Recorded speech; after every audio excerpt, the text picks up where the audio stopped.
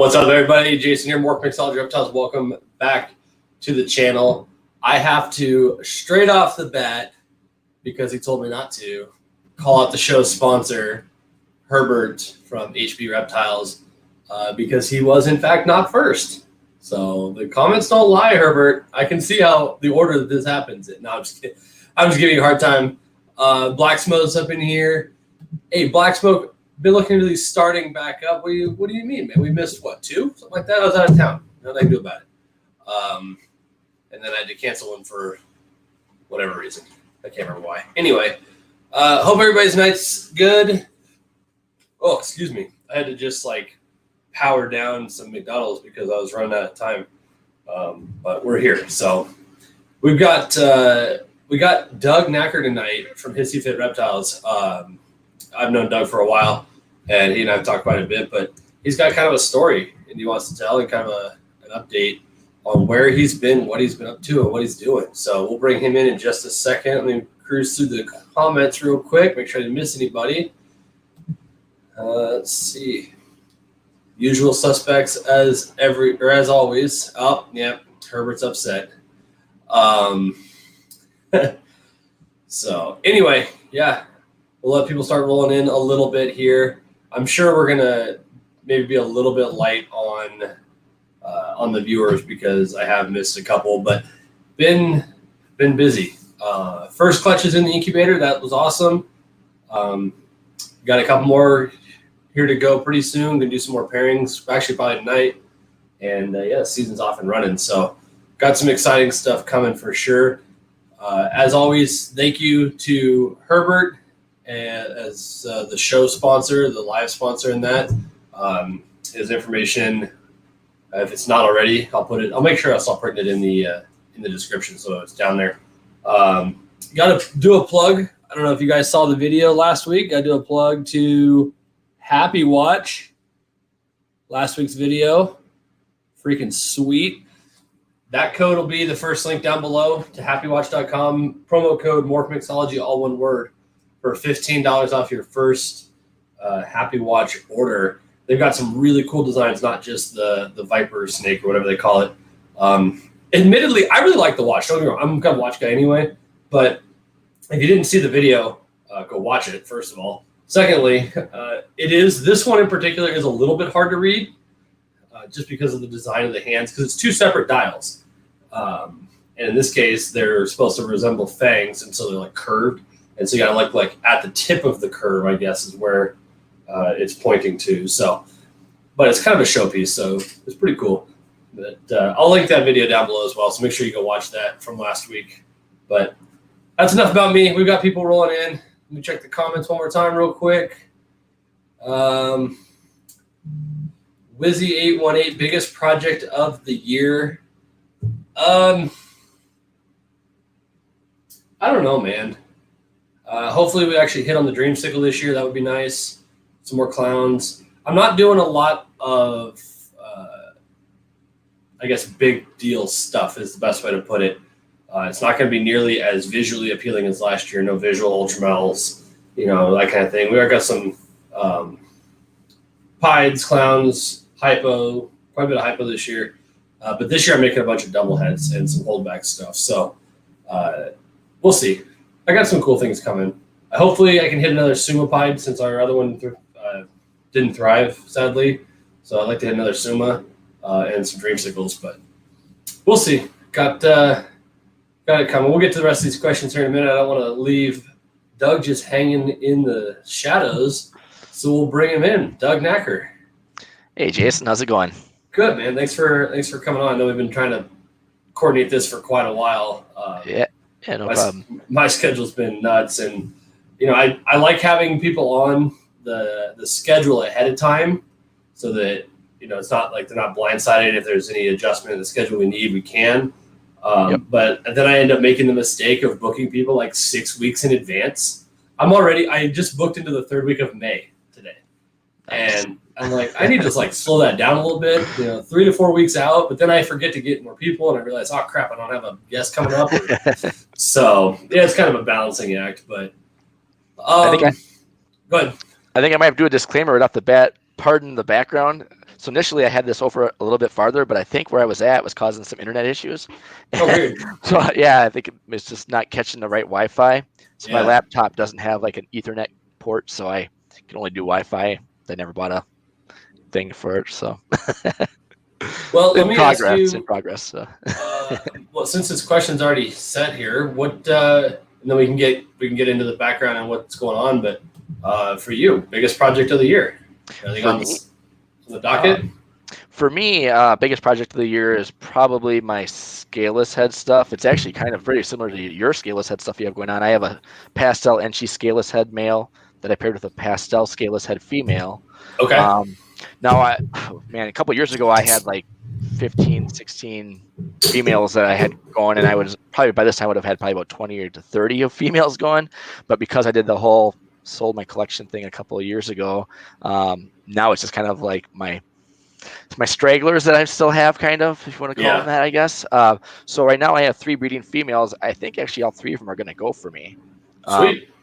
Which is pretty cool. I mean, I've never had 100%, lay rate and stuff like that. So, but the pastel Scaleless head, she should be ovulating very soon.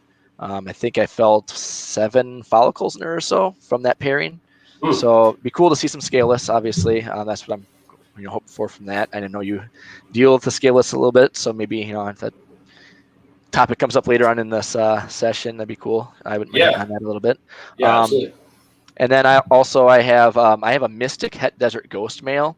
I produced him a couple years back from Desert Ghost to a pastel Mystic Potion, and I held on to him. And right now, I mean, I don't have any females for him to go to that are Het Desert Ghost or Visual Desert Ghost, but I am breeding him to a, I call it the Sizzler. I don't know what the heck it is. It should be a super pastel yellow belly, but it looks really weird. Maybe I'll show that out. I'll grab it out a little bit later here, but really weird looking. She might be het pied, so she's a pos het, but I'm pairing him with her, and she has follicles, and then also pied to that as well. So Cool. Okay. Yeah, so right now it's just that, but I mean next year I have a couple of animals on breeder loan to a guy. He kind of really helped me out when my whole situation was kind of going down, where he actually just has my animals kind of on a breeder loan, and then they're still mine. I have them, but they're at his place, and he's doing some pretty cool stuff with them as well. So, but I have a Pastave clown I got from Ozzy.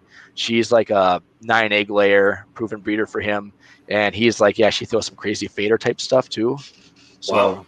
So really excited about that, but I won't be able to see anything from her personally for another year or two probably. So interesting, huh? All right. Well, let's. What did I miss? We got that one. Tom Rockholm said that he is a watch guy as well, so definitely go check them out, Tom. They've got some neat designs. They're funky. They're kind of bizarre, but they're kind of a cool conversation piece for sure. Right. Any double het clown pied stuff? Not for me, not this year anyway. I might work on my big issue is I only have 1 visual clown female, and I only have 2 just base visual pied females, and the other one that I have is 100% het lavender. So the issue I have is, do I sacrifice my only shot at visual clowns or 1 of 2 shots at visual pieds to make double hets this year? In which I'm going to hold them all back anyway or whatever, So that one's tough, but.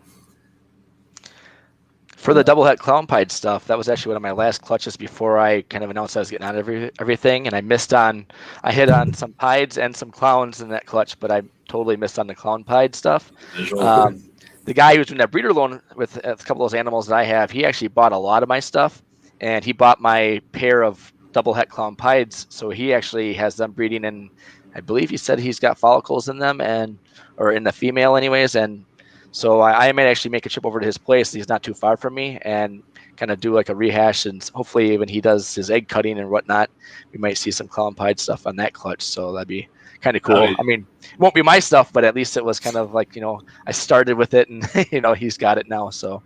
Yeah, that'd be sweet. I am doing double het genetic stripe clown this year. Okay. Those are nice too. Yeah, and last year I did double het ultra clown, or ultra stripe rather. So I've got a couple of that stuff growing up, but it's just tough, you know. I've already burned through my new snake budget for this year that my wife set, and so I got to make holdbacks and that, and so I can't.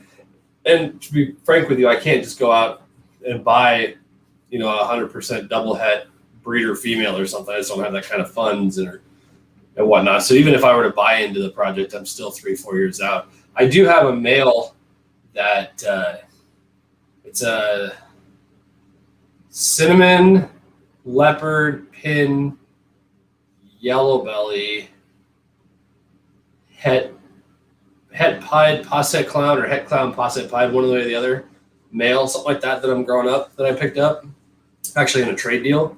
So if that all went well, when he's ready to go, I could put him to the clown and one of my pied females, and hopefully get visuals from both sides that are 50% het for the other, and play that game, but that's as good as I've got right now. Black Smoke Reptiles, how are you liking the PVC rack? I assume you're talking about this one right here. It's it's great. There's a reason why we went PVC and no more melamine. So I do like it. It's a little, because it's 20 tall, it's a little flimsy. So, and because this floor is not perfectly level because it's part of the garage, I had to put it up on braces, but it's still kind of flimsy, but that's what happens when you get them that tall and they're not real wide. But it's been good, and I really like the Freedom Breeder tubs. So yeah, I was just gonna say, nice tubs there, Jason. Yeah. Yeah, I had all the clear Vision tubs, the V18s anyway, and I knew I was going to all this Freedom Breeder stuff, and I think they do better in the gray tubs anyway. So when Jesse came out with those, and with the 18, or the 8 rather, with the ventilation and the cup holder and everything, I was like, yeah, I'll switch over to everything. So I really like them. The only thing for my OCD that's annoying is, since I went to 4 wide on this one, my last ones were 3 wide. When I went to 4 wide, if I do one of the 8s, I can only fit 2 of the 5s, and it leaves a weird blank space. But I can put 2 of these and 1 5 and fill the shelf. So it just kind of depends, So that 8 is supposed to be the same size as the V18, then, right? Is that correct? Yeah. Okay. I might have to snag a few of those. Yeah, and then I'll take the water out. There's nothing in here at the moment, but and then Ed at CNC Reptile, or CMC Reptiles, get that wrong, makes the paper for these now. Oh. So I highly recommend these, especially for a hatchling tub and a snake that you're gonna, especially if you're gonna sell it. But either way, one of the things Justin says that he's noticed is if you start them on paper towel in his case, and they don't eat right away, then you can put them on cocoa, and sometimes the bedding change will trigger them and they'll flip and start eating right away. But if you start them on cocoa and they don't eat, then you put them on paper and they start eating. Then when you go to upsize them into a new tub and put them back on cocoa, then you might screw them up. So, and that way I'm not wasting cocoa for a month while I get them feeding and out the door. So I've got the papers in my 5s. I've got them in the 8s, and I've got a stack for the 10s because I keep my Scaleless on it too. Sure. And they work great. I really like them. Let's see. Tom said that your audio makes him feel like he's on a flight. It's the perfect pilot voice. Well, I looked at the picture on the on my screen, on the screen here, and I'm like, oh man, I do look like a pilot kind of. All right, today's flight looks a little cloudy and. Yeah, right. All right, cool. Yeah, just people talking with each other. Awesome, and we've got a decent group in here now. So, for those who, if by some chance don't know you and your background, your story, in that, I'm just going to turn the floor over to you and you can give yourself an intro. Sure. I guess I'll start from the beginning. So I used to be deathly afraid of snakes. Like pretty bad. I know I've heard a lot of your stories with it too and stuff. So you have a lot more in common than a lot of people I talk to. I have nothing in common with because they were catching snakes at like 4 years Yep. old or whatever and all that. So I was definitely afraid of snakes until I was about 27 years old. I'm 38, going on 39 now. So yeah, basically started with my now stepson. I was dating his mom at the time. We'd been together for not even a year, but we moved into an apartment and he was at a school forest or whatever, and he got a little fire belly or red belly snake. They're pretty common over here in Wisconsin. And he brought it home in a mason jar or whatever. And my wife, I said girlfriend at the time, but I came home and she's like, hey, so Damien has this snake that he wants to keep as a pet. And I said, there will be no snakes in this house ever. I said, I'll never have a snake in this house. I said, I don't like the snakes. I don't like spiders. Those are the only two things and stuff. And she's like, yeah, but it's really small and he really wants to have it as a pet. I think it'd be good for him to, have that. And then he talked to me and he's like, well, it's really small. And I looked at it and it was about the size of a night crawler. That's how small that one was. Oh, wow. So I'm like, okay, well, if he puts it, he's like, got me to hold on to it. I'm like, if it, it's in my hands, it won't bite me. And if it does, it probably won't hurt too bad because it's pretty small. So I had my hands out like this. He put it in my hands and I was like, oh man, it's kind of grossed me out as it was wiggling around. And then it just kind of sat there and I'm like, oh, that's not too bad. I'm like, well, tomorrow we'll go get a tank from Petco, So we go to Petco and they're like, well, you don't really want to keep that kind of snake because it's hard to keep alive in the wintertime. And, they have to feed them like larvae and bugs and stuff like that. So, it's just really hard to keep them alive. And granted, it's Petco, so they probably I don't know if that's true or not, but that's what they told me. And they're like, but we do have, we have ball pythons and boas and stuff here. The ball pythons are kind of snappy, but the boas are super sweet. Do you want to hold on to one? And I'm like, sure. I was, my knees started shaking. I was definitely afraid, but then she was holding on to it. And I'm thinking to myself, she's not going to let us take this thing home and buy it if I look scared as hell, So I'm like, yeah, I'll hold on to it. So then he put it in, she put it in my hands and that thing started moving around, started going around my arms and up through my hands and stuff. I'm like, this is freaking awesome. I'm like, wow. I'm like, I think we're going to buy this and whatever else we need for it, and that pretty much, and it was a boa. So, I knew boas were supposed to get big, but I didn't know how big. But I'm like, okay, so what do we need? And she's like, well, we have these 40-gallon breeders, from like Exoterra or whatever it was. And then we got like, instead of getting like a regular bedding, we actually went to like Home Depot and got like carpeting. And then we just so we swapped carpet out anytime it like defecated on it. Then I would like clean the carpet and then changed it. And it actually worked out really well for that terrarium. I had it cut to the size and everything, But yeah, we got it home. They have it in a little Petco box. They put in the things in the Petco box, and I get all the cage stuff set up. Get the heat lamp above it set up and everything. And then I'm like, all right, we gotta get it in the tank now. And my wife's like, okay, are you gonna do it? And I'm like, yeah, hold on. I'm like, what if it's mad that it's in this box? It's been in the box for like an hour now, or 2 hours. She's like, do you want me to do it? And I'm like, no, I'll do it. Hold on. I had to take over. I'm like, okay, all right, it's in there. Okay, let's close it up. It's good for now.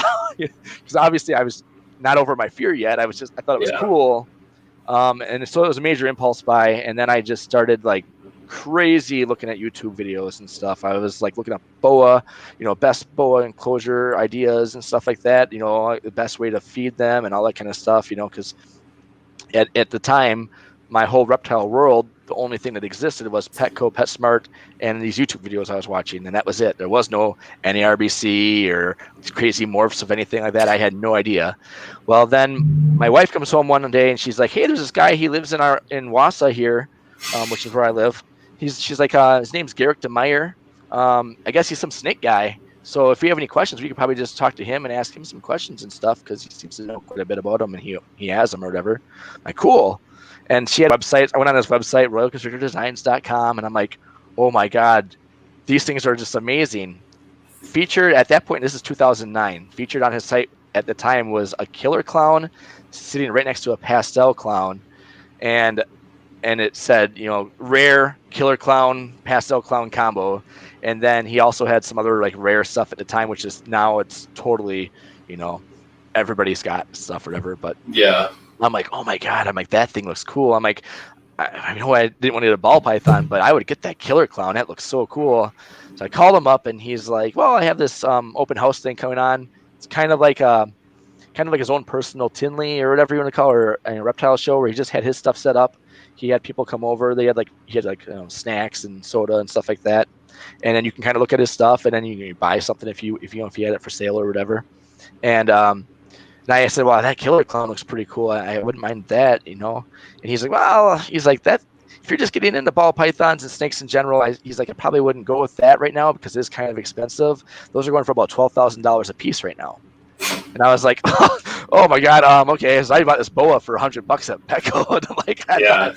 I'm like, that's a little out of my range.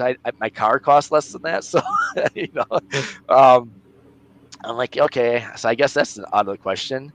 And then he's like, well, what I would recommend you do, though, is I could sell you the stuff that you can use to make that. So he's talking about taking a pastel het clown and breeding it to a pastel het clown for the chance to make killer clowns. And I'm like, okay. And he's like, and that's a lot less expensive. Plus, you get the fun and, hatching out your own snakes, and anything you don't want to keep, you can sell. And it will actually kind of, pay for the food that you need to buy to, feed them, and, bedding that you need to buy to, put in their tubs and stuff like that. So I'm like, okay, cool. Well, then he basically became my mentor. He only lives about 5 to 10 miles away from me. Wow. So yeah. So I was over there quite a bit, to the point where I probably was bothering him after too long. I always felt bad. I'm like, yeah, he's such a busy guy, and but and here I was just asking him simple questions.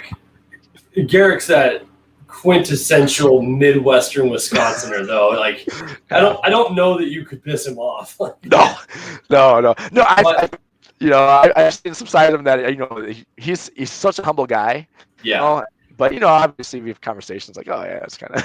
But my mom's side of the family is from Middle Wisconsin, so I'm used to what that people are like. So yeah, he's super awesome. He's always been helpful, and whether you're, and I mentioned this and Brian's show too, whether you're just starting out with ball pythons or you've been doing it longer than he has, he treats you the exact same, which is super awesome. And that's what I like to see in the hobby. You get some guys who have been in it for 2 years, and then they think they're above everybody and treat everybody like crap. And then and then you got guys who've been in it for a while, and it's like Garrick, and like Billy and Ozzy and Justin. I mean, all those guys are really great, and they represent the hobby very well. I think in the industry in general, very well. So yeah, absolutely. And so you got started with the breeding operation. When would you say you were like full blown actually into it? It didn't take too long, because I was actually finishing up some schooling at the local tech around my area here, and so I was using my student loans to buy ball pythons at that point in time. So my first ball python I bought was from Garrick, and it was a bumblebee. Actually, the first probably like 6 or 7 ball pythons were from Garrick, because I didn't really, we were able to get them shipped to me, and being that I had one of the biggest reptile guys in the nation living down the road, I'm like, well, I'll just get everything from Garrick. But then it's like, well, I do want to kind of expand and get some stuff that he doesn't, have, or that I can mix with his stuff. But so I had within a month of getting that bumblebee, or within 2 months, I had a Mojave female, and I got all females initially, and that was kind of like he had recommended, get your females, get a year on them or so, then get your males. So then that way, when they're both mature enough, then you can start breeding them together. Otherwise, your males are just gonna be sitting there, and same mistake we've all made. Yeah. So, but yeah, so I did that. Like I said, at the time, the bumblebee was like $750. The Mojave was like $500. I bought a pied, and that was like $1,200 for just the pied, a single gene pied female. Jeez. So that was all in 2009. And then that was 2009 going into 2010. By the end of 2010, I probably had like 12 snakes. From 1 to 12 in like a year. Then I expanded on it a little bit more, but not a whole lot each year. I was more focusing on trying to get the females up to size and stuff like that. I was to the point where I was actually probably would have had about 10 females or so that I could have been breeding. And then 2013 hit, and I actually lost my job. that I was working, and took like about a $10,000 pay cut at the new job I took. And it was like, oh my gosh, we have bills to pay, and I don't know what I'm going to do. So I actually ended up selling most of my stuff. It wasn't like a collection sale, but it was just kind of, I need to sell whatever I can, and then hopefully I still have stuff left by the time I'm able to, regroup myself. And I was down to like 3 snakes. I still had a super pastel spider pinstripe female that I had produced from like my first year of breeding. So my 2012 was my first year, producing any animals. So, and then I also still had a pastel ivory female and the pair of, what do I have here? Oh yeah, a pair of double het clompides. So then I produced both of those from breeding my pastel clown and my pied. So that kind of started me over again. And then 2014, 2015, I started kind of buying some more stuff because I had gotten a job at a paper mill, which paid a lot more than I was used to ever making. I went from making about $25,000 a year to making about $60,000 a year at the new job, and I'm like, okay, once I kind of got set again, I'm like, oh, I'm going to, try to pick up where I left off. So I bought a pastel mystic potion because I was at, when I initially started, I was hoping to make my own mystic potion stuff. So I, just went and kind of bought the stuff that I would have had probably already made if I would have not had to get rid of everything. And by the time 2016 rolled around, I was getting, desert ghost stuff, and I had about 30 to 40 animals that I would either hold backs or getting ready to breed type stuff. So that was probably the closest I ever had to really going full on. But then that's where I kind of got myself into a little bit of trouble. Addiction wise, or whatever you want to call it. I went down kind of a pretty bad path with that. So, well, that's kind of, I know you had a story that you want to talk about a little bit, kind of explain, because I met you probably 18, something like that. Yeah, 18, 19, right in there. And as far as I knew, you were another snake breeder, and and then it just, over the last probably 18 months or so, you just kind of went completely off the radar. What my dad calls going dark. But so for those, and myself included, that don't know, I mean, what, and to the level that you're willing to share, kind of what happened at that, from that point up to now. Well, I think I was. So like I said, I kind of started getting really hammering hard with that when I got that job at the paper mill. I had all this extra funds and stuff available to me, and I was like, okay, I'm gonna really try to hit hard. I'm gonna, I ended up getting a Batman from a guy, and that was shortly after Justin produced them, so maybe about a year or two after Justin produced the first Batmans. So they were still up there at like the $8,000 range or so. I made it was kind of a part trade, part purchase deal, and also I started kind of getting into some really higher end stuff. But at the same time, as I was starting to do that, I was really starting to like neglect my bills. We were getting ready to buy a house, which thankfully we were able to still do that. Like, I hadn't messed my credit up or anything at that point. But then it got to be to the point where once we moved into the house, I was like, okay, I need to like really hammer hard on this. I want to make some really cool stuff. I want to be, I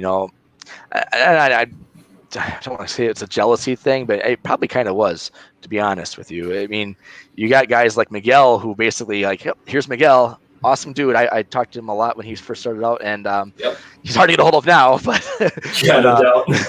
but he was just kind of like making his way into the hobby, and I had already been whatever, and I'm like, oh, you got guys like this that are doing that? I'm like, that fast? I'm like, I think I was trying to pressure myself too much, and to the point where I was trying to do too much with too little. I have nowhere near the funds to go and buy a bunch of ball pythons like that, and I was trying to anyways. You know what I mean? Yeah, and trying to compete on a champagne level with a Miller Lite budget. I know the feeling. Yeah. So exactly. So that was pretty much, that's what I was doing, and I was I was producing a decent amount of snakes in 2018. And for some reason, like in my videos, I've noticed I've been saying 2018 when I got out. It was actually 2019 when I sold all my stuff off as my collection sale or whatever. Okay. But 2018 was a really super awesome year for me. I had 13 breeding females that year, 12 of them laid eggs. And Wow, so that's out of those, awesome. so I was like, okay, and I didn't do anything special in my room. I wasn't like, hey, I didn't do any like, nighttime drops and all that kind of stuff. It was my room pretty much had a window that sun was coming in and everything was, I don't know. However, I got 12 out of the 13. That was really awesome. But I ended up with like almost 60 eggs total, I think, around there. Wow. 65 eggs total that year or whatever it was. And I was like, man, kept whatever I wanted to keep because I was obviously when I breed ball pythons, I always want to make something for myself to hold back or to replace something, Yep. especially like males. It's like males are like, I hate to say they're expendable, but it's like once you make a male to replace that male, it's instead of having a mystic het desert ghost, someday you have a mystic desert ghost visual and you'll replace, obviously you won't need that het doing anything if you have the visual, right? Yep. So after I would keep whatever I was going to hold back, I was selling quite a bit of stuff, and some of the stuff was going for a couple grand. A lot of it was going for 1,000 or 500 or 200 or whatever. But I also had some stuff that was going for some pretty decent money. And I remember that list because I tried to get in on some of that stuff, but I was still right at my, I guess I was in the beginning of my first season, and I was like, I was same problem trying to do this with no budget, and I was like, there ain't no way I can. And you weren't at the time. You weren't in a position to do like long-term payment plans and that. And I've kind of gotten to the point now, if I can help it, not to do that in general. Right.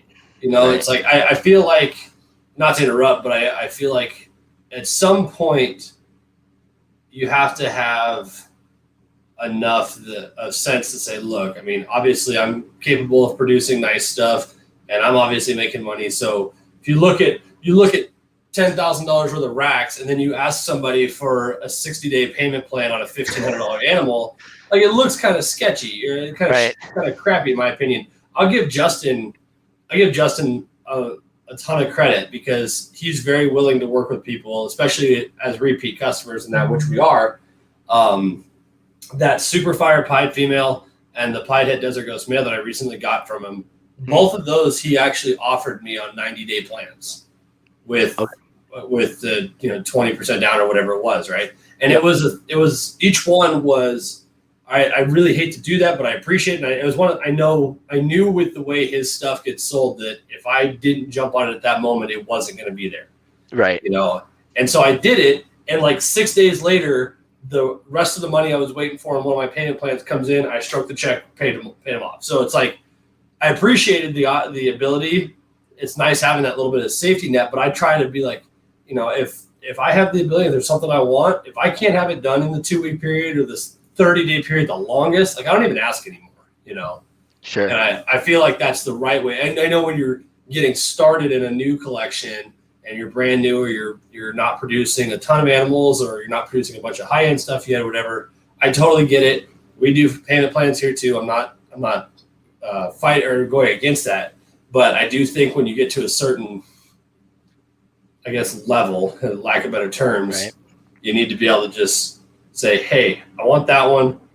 What's the number, and pay for it, kind of thing. So that's why I didn't harass you for a bunch of stuff. I was like, I just wasn't in that position. Yeah. Well, and the thing is with the whole thing too, like right before the collection sale, and I was selling just the snakes I was producing then in the 2018 season and going into early 2019. I was, instead of taking like a portion of that money and putting it towards like stuff at the house or taking care of bills or whatever, I was, like I said, I was spending money from my main job, which was the paper mill. And then I was also taking pretty much 100% of the money I was making from the snakes and putting everything back into the snakes. And then they got to the point where I bought 2 snakes from Ozzy, 2 adult proven breeder females. One of them was a super, is a high intensity super orange dream, fire spider. No, there's no yellow belly, but yeah, that was an awesome female. And then that was actually the one where he had posted that a long time ago, like 2000, 2011, 2012, when he was really hitting on the Orange Dream stuff. And then also a passed off a clown female. And it was like $5,000 for both of them combined. And I'm like, yeah, I'll do it. So I put 20% down, and I'm like, I'll have the money to pay that here in a little, in 30 days or whatever it was that we did the payment plan stuff with.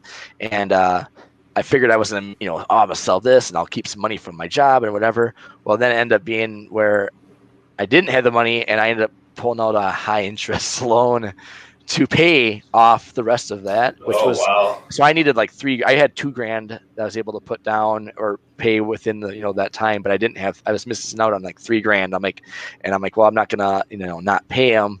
So I'm like, well, I didn't get approved for a different loan, like at my bank or whatever, because I already had like a loan out from my vehicle. And we also had like, I was going through some custody battle stuff with my ex-wife and my kids. So I already pulled a loan to pay my attorney stuff too. Oh, geez. So then, so I'm like, okay, I'll take out a high interest loan because you're like automatically approved for those things because they know they got you. So I pulled out a $3,000 loan, and I'm like, as long as I can pay that back before the first payment is due, then I won't have to pay the interest on it. I'll be good to go. Well, I didn't have the money for that, and then so my first payment was like $600. It's like like $600 a month you had to pay on this, and by the time you were done paying on this interest loan, I think it would have, if you were paying it just like a monthly payment on it, by the time you were done, it was like almost $6,000. So it was almost double what I had taken the loan out for. Right. And that's when it kind of really hit me. I'm like, oh shit. My wife did not know about any of this stuff. Like not at all. Like I didn't talk to her about things like this. I just basically did it. She thought the snakes were cool at first, but then she's like, okay, I don't want you wasting all the money on this stuff. And I told her, well, I'm going to do this and do that. And we'll make, I'm going to make this to keep, and I'm going to sell this. And the thing is that she never saw any return on my investment stuff because I was spending it all on more snakes. Yeah. But because she didn't want me to spend she's like, okay, I don't mind that, but we need to like to pay for other stuff too, or why don't we get our vehicle paid off, or get some of these loans paid off or whatever. Well, I didn't want to do that. I didn't want to hear that from her. So I was like, okay, I'm just going to buy the snakes and not tell her, which is a horrible thing. Anybody out there listening, do not do that. But that's what kind of got me. I mean, and then it started to put a strain on our relationship. I was working at the paper mill, I worked shitty hours anyways, right? Really bad hours. It was swing shift type stuff. I would work doubles. I'd work like a double, get off for 8 hours, have to go back and work another double. So like when I was not working and I was at home, I was in the snake room trying to figure out what snakes I was going to pair to what snakes I was going to buy next, what I was going to do with this, do with that, figure all the stuff out.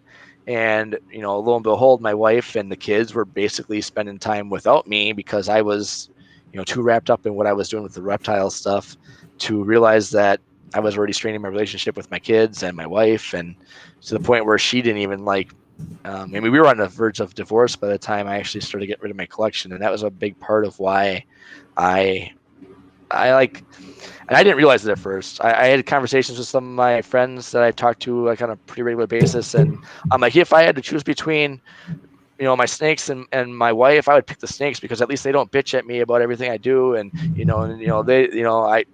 I can actually do what I want then and not have to, listen to what she's going to, complain about this and try to control me with that. And, I basically made her look like a bad guy, made her, tried to make her look like somebody who was just a controlling freak and wouldn't let me do what I wanted to do.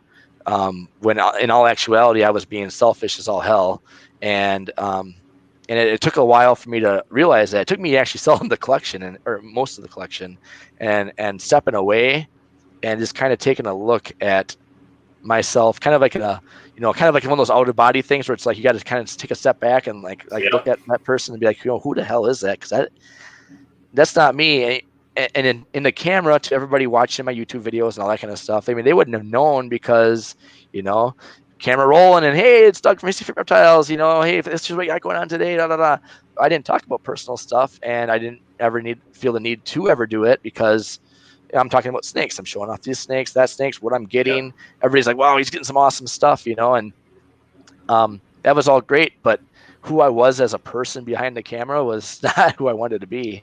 And, I have to admit, by the way, because your channel is one of the early ones that I've stumbled across when I started into this too. Mm-hmm. But recently, your Pompeii video was so cringy. I felt like I needed a shower after that. that was really bad, and I didn't. I was thinking, I'm like, I should try this before I do the video. I'm like, no, because like, and I got some pretty bad flack for that video. I guess people were actually pissed off that I even did that. Like, some guy, he really went off on me. Sent me a private message too, like, dude, this is why you're not relevant and stuff because you're trying to. What I'm like, oh, I'm not. I was just trying to mess around because and if anybody doesn't know what we're talking about, feel free to go. It's still on. I didn't take it down or anything. I thought about taking it down. It's interesting, but man, it's almost hard to watch. yeah, and but oh my god, it tasted like total crap. So for anybody who. So there's this drink. I was at a local grocery store, and there's this drink called the Pompeii drink, and I'm like, oh, I gotta buy that because it says Pompeii, and then I'm like thinking to myself, like, oh, it'd be kind of funny. They're like, hey, I got this Pompeii I just got, and I pulled it out of a snake bag, and I took a drink. It doesn't even taste that good by itself, to be honest. Is yep, that's the Pompeii. Oh, I think my brightness is too bright for the camera. See if it'll focus on I think I actually have one over there because I only there you go. I only drink that one.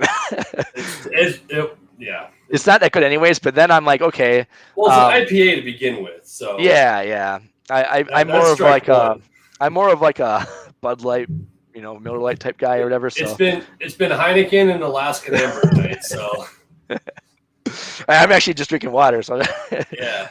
So go ahead.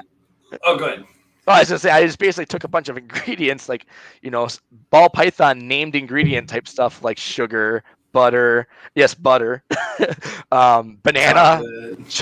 actually cinnamon. Chocolate, cinnamon, and and I basically I had champagne. I actually went and bought a bottle of champagne specifically for that, and I poured this drink in there, and I mixed it. I'm like, this is like the craziest Pompeii combo you've ever seen, and then I drank it, and I actually drank the whole thing, and I wasn't planning on it initially. I'm like, oh my god, I was afraid I was gonna throw up on camera. But it was really bad. But hey, everybody gets one. Well, yeah. I mean, unless you're Matt from Olympus Reptiles, then every other video is cringy. I like Matt a lot. I've met him in person, and I've been following his channel forever too. But sometimes I watch his videos and I'm like, oh, come on, really? Like, and you've got 55,000 subscribers. How are you getting away with this? Like, right. Like I said, I thought about deleting the video actually because it's like I actually after I posted that video, I lost within 2 days I lost 10 subscribers according to my thing. And I'm like, here's the thing, I'm trying to reach 8,000 because I have this ball python giveaway I'm doing once I hit the 8,000 mark. Yeah. And I'm like, okay, well, that's not helping. And I'm like, I'm about ready to delete it. But I'm like, well, if I do that, I don't know. I've had kind of mixed emotions. I had some people say that was really funny. You got me kind of thing. And, they're like, it's sometimes you just got to have a little fun like that. And, most of my videos are pretty serious, I guess. I wouldn't say that they're super serious, but they're like, I try to be kind of informative if I can with what I have. I mean, right now I don't have a whole lot. So it's like, it's hard for me to kind of come up with a new idea every week to say, okay, this is what I'm going to do today. Cause I'm literally working right now with desert ghosts, clowns and pieds and hypos and, co-dominant, complete dominant stuff of variations of that stuff. And it's like, okay. And once you do a collection update with 14 animals, it's like, what else are they going to see that's different, So, well, it's tough. It's tough, especially with a smaller collection like we have. Yeah. When you're on an upload schedule, weekly or whatever, the off season is brutal when it comes to trying to do videos. Right. And it's tough because you want to keep that routine schedule because people are very, human nature is very routine anyway. So, I mean, I'm guilty of it. I don't even have cable. My entire TV watching is about 90 different YouTube channels that I subscribe to and Netflix and Hulu. So like I have a morning routine. I get up first thing in the morning. The very first video I end up watching is Brian because he's already up. Brian Barczyk. I've been watching his daily vlogs since the beginning. Every one of them without fail. Typically Billy has a video up by then. And then obviously you wait for Sometimes I watch. I don't watch all of Kevin McCurley's stuff just because a lot of times it just doesn't grab me. But I do. His stuff comes across, and then sometime by like 9 or so, 10 o'clock in the morning, a handful of the other channels that I watch start to upload regularly, so I get to them. And there's a couple that I upload like 2 or 3 times a week, so there's like certain days, and it's just like so that it obviously works. And I try to keep uploads, but the problem is you can only do the same thing so many times. There's only 96 animals in here. Like, how many times can I show you everything? And I'm not doing a lot of, any for that matter, DIY builds anymore. That's what brought people to, originally. Yep. And so it's tough. It is and that's why I've never really desired to make YouTube a big deal. And I've always known it's never, this channel will likely never be what Miguel's is. Right. But Miguel has a substantial, super high-end collection and a really cool lifestyle nonetheless. Oh yeah, definitely. That he can add to it. And I don't begrudge him for it at all. I'm admittedly kind of envious, and so it does for routine uploaders, it's tough. So I can't blame you for a cringy video. I'd just tell you it's cringy. Right. I think it was probably beyond cringy. Yeah. My daughter watched it. She's 8, and she's like, oh, she wants to be a YouTube star or whatever, and we started a YouTube channel for her her name is Charlotte, and we called it Charlotte's Web Adventures. There you go. We went to there's a local zoo. We went there, and that's our first and so far only video on her thing, but I helped her with it, and she, it's kind of neat because we did it together and stuff, and but she watched that thing and she was like, "Oh, that's gross, Dad," and because when she saw me put all I smashed the banana or whatever into it. I do think it was neat though that I was able to incorporate yellow belly with the banana because of I said this is a banana yellow belly because the skin is yellow. Yeah, that's fair. But yeah, no, it was pretty gross. But when before I got rid of my collection or most of my collection, it was easy then at that point, kind of saying, okay, here's what my desert ghost plans are. Here's what and I had a lot more animals to show because I had stuff that wasn't ready to breed yet. I had stuff that I was bringing. I was doing unboxings. I was doing a lot of unboxings because I was blowing my money pretty hardcore. So that one video I had, and I just looked it up a couple days ago. It's kind of looked at what I had for videos a few years ago, and there's one video I had 6 unboxings in one video. One of them was from Ozzy. I think I had some stuff from Justin. That was all in the same video, along with 3 other guys' stuff that I got sent to me. And it's holy crap. I'm I was just really going balls to the wall with the stuff, but I shouldn't have been, obviously. Because in 2019, that's when everything was really starting to snowball. I was also mentally, I don't want to say I was unstable, but I was definitely mentally unhealthy, I should say, because I was also getting physically unhealthy. I'm only 5'8", and I was up to 250 pounds was my max weight. Oh wow! And I'm normally around the 190 to 200 pound range, and even I was in the military at one point. When I was in the military, I was in the best shape of my life. I was 175, 180. I know the feeling. So yeah, so it's just there, yeah. And I still, and it's I was holy man, I was just not. I don't know. I look at pictures and stuff. I still have pictures and stuff on my phone of me and the kids, or just me with doing stuff, and it's God, it's. God, you know where I see it, because my wife and I have talked about it a bit. I'm obviously far from my peak form that I was in the military too. And we have a picture, my wife and I have a picture in the house of the first time her and I went to Sturgis for the bike rally together.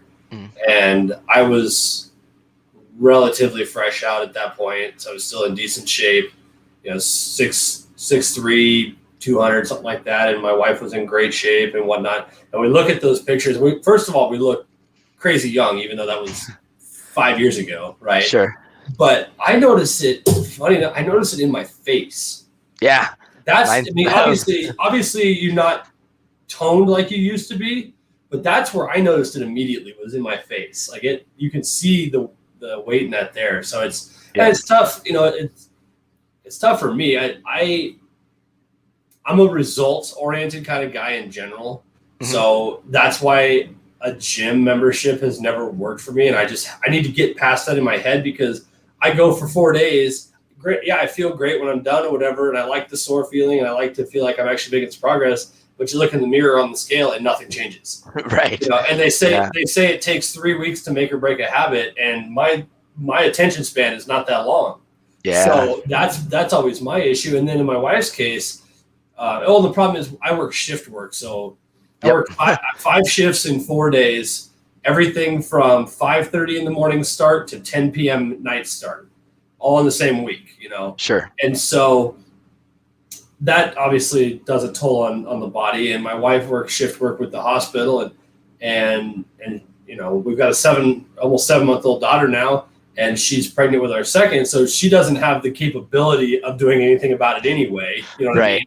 Yep. So she just has to, I mean, she wants to improve herself like we all do, but it's like, well, you're growing a human. So it's just, it's tough. And then obviously trying to make, I mean, you know, with kids, it's obviously tough to make time. And, you know, when you're working, and right now is even more so difficult because we're working on my daughter's sleep schedule and whatnot, but more often than not, when my daughter's taking a nap, so is my wife. You know, so I can't just say, oh, we're going to put her down for a nap, I'm going to go to the gym for an hour. Like I could, but then she's dragging. So it's tough, but I mean, it's, you know, it's all life choices more than anything. You know? Yeah. Well, then too, working at the paper mill with me, there'd be times where I'd be on, you know, second shift, let's say, which is 2 p.m. to 10 p.m. Well, then all of a sudden the person supposed to relieve me doesn't show up, and I got to work. I got to work 10 p.m. to 6 a.m. It's like, oh shoot. Well, now I'm eating to stay awake, because I'm tired and I have something to do to stay awake. So I'm eating, or I'm drinking energy drinks or whatever. And then I'm away home. I was like, I'm hungry for breakfast now, but I'm gonna go get McDonald's on the way home or whatever. You know, and I'm eating way more than I should and all that kind of stuff. And it was pretty unhealthy, actually. You know, and I was just, you know, like I said too, I was so consumed by the reptile stuff that I wasn't really into working out or doing anything anyways. I was just like, oh, I have to go on Morph Market and see what's available, even though I probably don't have the money for it. And, you know, Morph Market is like the best thing in the world, but also like the worst thing in the world if you have an addiction problem. I was saying it's like taking an alcoholic to a beer and wine tasting. Like, what are you doing? Yeah, that actually brings me back, because that was something I was curious about. And again, to the level that you're comfortable sharing. Yep. Obviously, but you had mentioned a couple of times in there the term addiction, and is that in direct correlation to the snake stuff, or was there other stuff in your history that you have an addictive personality that you saw transition into snakes? Actually, I haven't had an addictive personality with anything ever, until it got to be with the reptile stuff, the snake stuff. I drink here and there. I've smoked weed here, you know, a couple times and stuff. I never got into it. I was like, okay, I don't care. I've never smoked cigarettes. Yeah. You know, but yeah, I mean, I don't even, I drink, I DJ also on the side. So I'm around, you know, being able to drink if I want and all that kind of stuff. And probably other yeah, you know, so I just never, you know, I'll have a couple of drinks, but I mean, there's been times like when I was younger, I'd go out with my buddies, and, you know, we go out on a Saturday night or whatever, and, you know, get messed up or whatever. But I definitely wasn't where I drank every day. And if I did drink, you know, it'd maybe be once or twice a month or type thing for, you know, and then there'd be times where, I mean, if I buy a case of beer right now, or let's say a 12-pack of beer, it's probably going to be in the fridge for quite a while, and we'll probably end up making beer bread with half of it, because my wife, like, we also make beer bread and stuff. So, you know, she does like that or whatever. But we grocery shop every 2 weeks. That case I just bought will last all month. Yeah, so. Exactly. That's how it is. You know, if I grill or something, I might have one or whatever. But and as far as addictive personalities go, I've never noticed anything about myself. And I actually talked to my wife about that too, and she said that she didn't think that I have an addictive personality. But this, I don't know, for whatever reason, I know it's a big, you know, forever long ongoing joke about, oh, addicted to reptiles. You know, you buy one, it's like a tattoo, you got to get another and all that stuff and everything. That's true too. And actually, I have one tattue that I've had since it was in my military, when I, you know, my my we sister's all have the military tattoo. Yeah. It's like that was my, I was in Iraq, and I'm like, listen, this is the arm that you have your your battle, patch or whatever it is. so yeah, I mean, I got the one. I have never gotten any other tattoos since then. I've kind of wanted. I Yeah. can't wait. Black Smoke Reptile says that yes, it is 101st Airborne tattoo. I was in Fort Campbell, Kentucky when I was in the military. So good eye, man. That's pretty impressive. Yeah. But yeah, I didn't ever get into anything major to the reptile stuff. All of a sudden, it's like, oh man, for whatever reason, I was like addicted to maybe, and I don't know if it's because I was so afraid of them at one point that when I finally wasn't afraid anymore, all of a sudden it was like, I was so overwhelmed by the fact that I thought they were cool all of a sudden. And this, the color palettes and patterns on a snake are just, and ball pythons especially, are just so amazing. Yeah, I was just like, man, I want to make this now. I want to get that now. And it's like, and it wasn't even really all money. It wasn't just because it would, certain morphs cost a lot or not or anything like that. A lot of it was just like, to this day, I still haven't made a killer clown, and I really want to make a killer clown because when I got in, that was one of the first snakes that like drew me in, but like, so it doesn't have anything to do specifically with money, although, I mean, I was around when bananas were, I remember going on Kevin McCurley's nerd page, and he had a pastel banana male for $60,000. And yes, there was he had 3 banana combos, and they were 60,000 a piece. And I showed my relatives that, and I'm like, check this out, and they're like, for a snake, geez. The insane thing is they were getting that for them. Yeah. There was a time when some of these animals were 6 figures. I'm like, that's just insane. Yeah. Yep. And it's like, I mean, it's like, it is kind of like, okay, you're in it. You have stuff. If you can make stuff and you can get a hold of some of those, you can end up making a pretty good amount of money on it.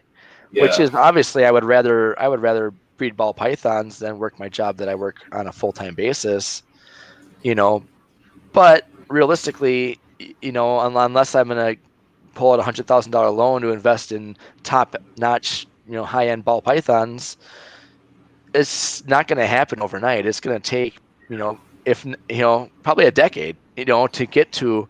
And for me, I had to start over 2 different times. This is my second time starting over. Yeah. You know what I mean? So this is kind of like 3.0, Hissy Reptile 3.0 kind of, because. But I'm doing a completely different take on everything now, because I'm looking at everything in a way different light than I was looking at it before. Because before it was all about I need to get. I need to get this, that. I need to invest all the money I possibly can into this stuff to make whatever I want, and and to buy whatever I want. You know what I mean? That was kind of like I wanted to get to that point where I could. I don't know. I mean, I think part of it too was trying to prove people wrong, because my wife was giving me such a hard time about it and not supporting. My wife's not super supportive of the reptile thing because she's had a bad taste in her mouth by what I was doing. She didn't see any profit, even though I was spending thousands of dollars, probably tens of thousands at times, on the snakes, but yet she wasn't seeing anything coming back to the family or anything like that. So I can't blame her looking at it now, but when I was still in it, I looked at it and I'm like, are you stupid? How do you not realize that this is an awesome thing that I'm doing for the family? I'm doing this for the family. I was feeding her a line of crap because I knew I didn't know I was doing something stupid, but at the time I thought I was doing a good thing for myself and for the family or whatever. So, well, and it's almost like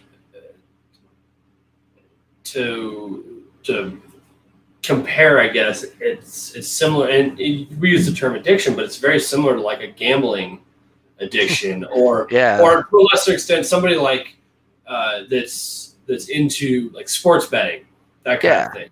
You're look, I have a buddy of mine I work with. I don't watch college basketballs. I don't watch college anything, to be honest with you. But I knew that the Final Four had happened and that the championship game was coming up and whatnot.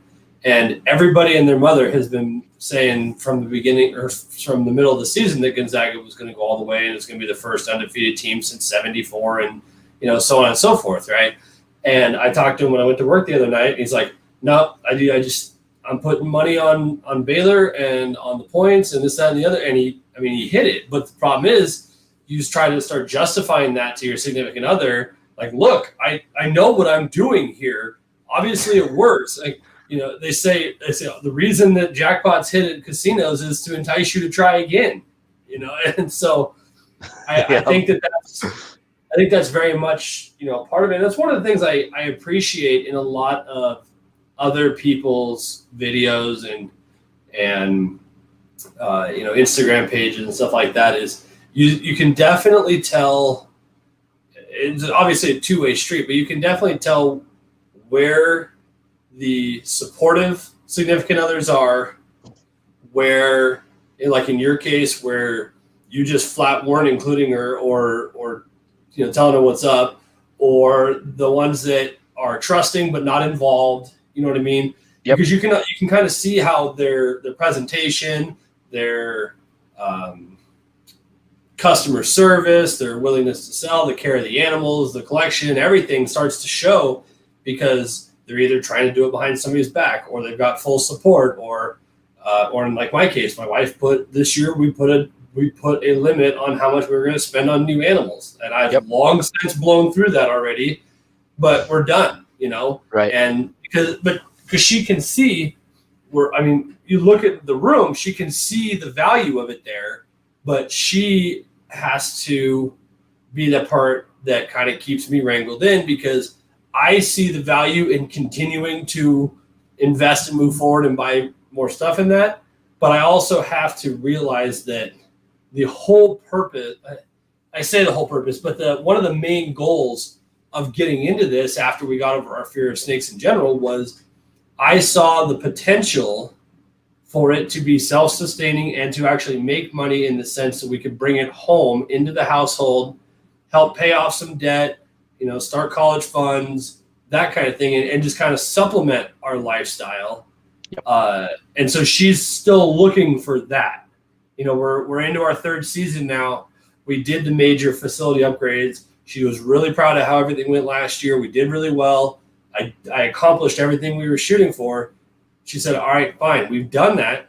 Good job. I'm not holding anything against you, but this season needs to be about that next step, which is bringing money home for the first time.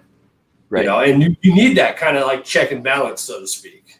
Yeah. And I see that in other people's collections, either ones that are hands-on or not, Yeah. Well, and that's like for me. So now this is why it's a little bit different this time around as compared to any other time.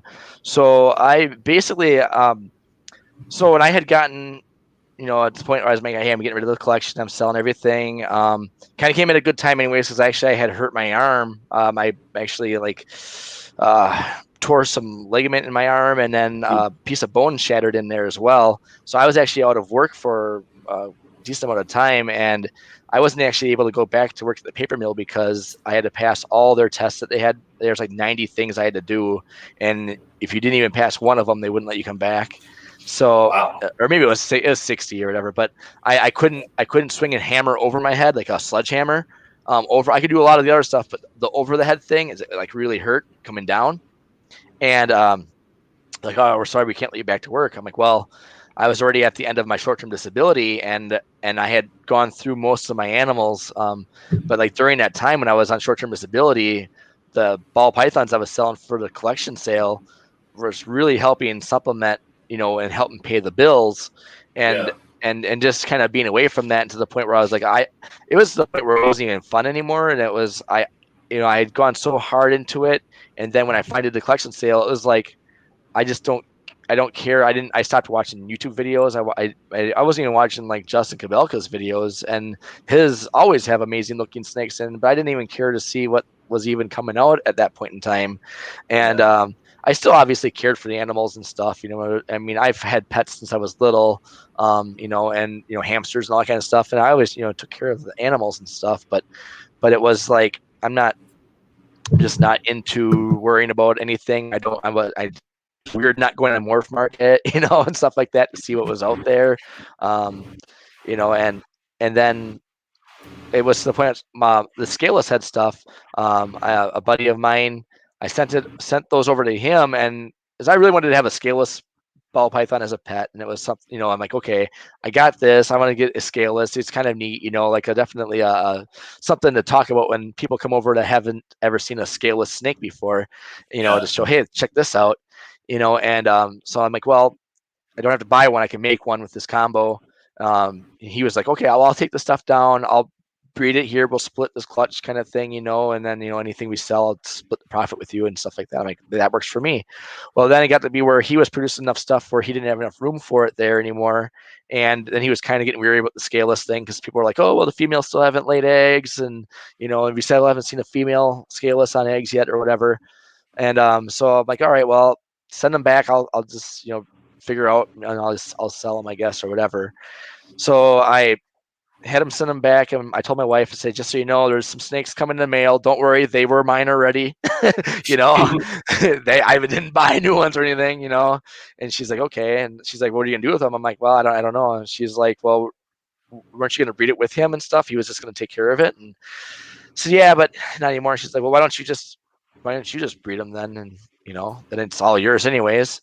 I said, well, I thought I was just gonna get out of it completely. I thought we kind of talked about that, and I was all right with completely getting out. And she's like, yeah, but why don't you just do the one or whatever?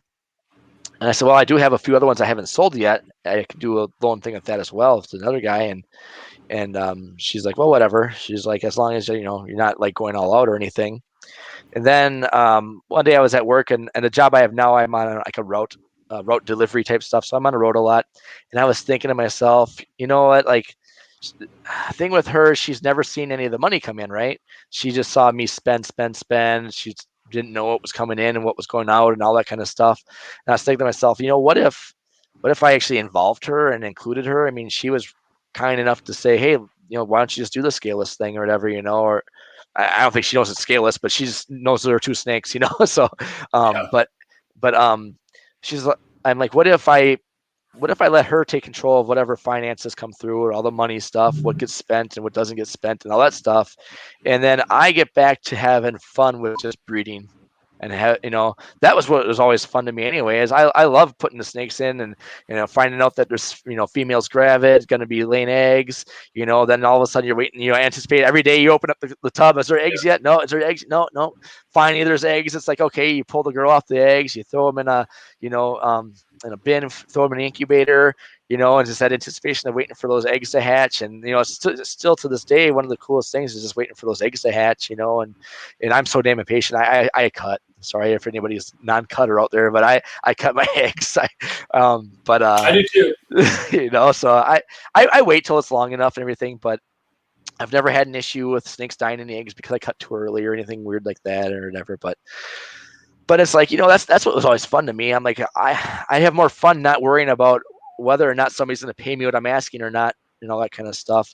I'm like, so what I did is I set up a new hissyfitreptiles@gmail.com PayPal account, got a debit card ordered, gave it to her, said, this is yours. Anybody who sends money to hissyfitreptiles@gmail.com through PayPal, you're getting the money. I won't even, I'll monitor, let you know what's coming and stuff like that. But if here's a little disclaimer, if I ever sell a snake to you and I say, hey, send it to my Venmo or anything that's not that PayPal account, don't even just send it to that PayPal account, because that means I'm probably trying to pull some crap again. No, I'm kidding. I'm kidding. But no, then that way she can kind of see. She's never seen the money come in from it and stuff, and what's his potential on it.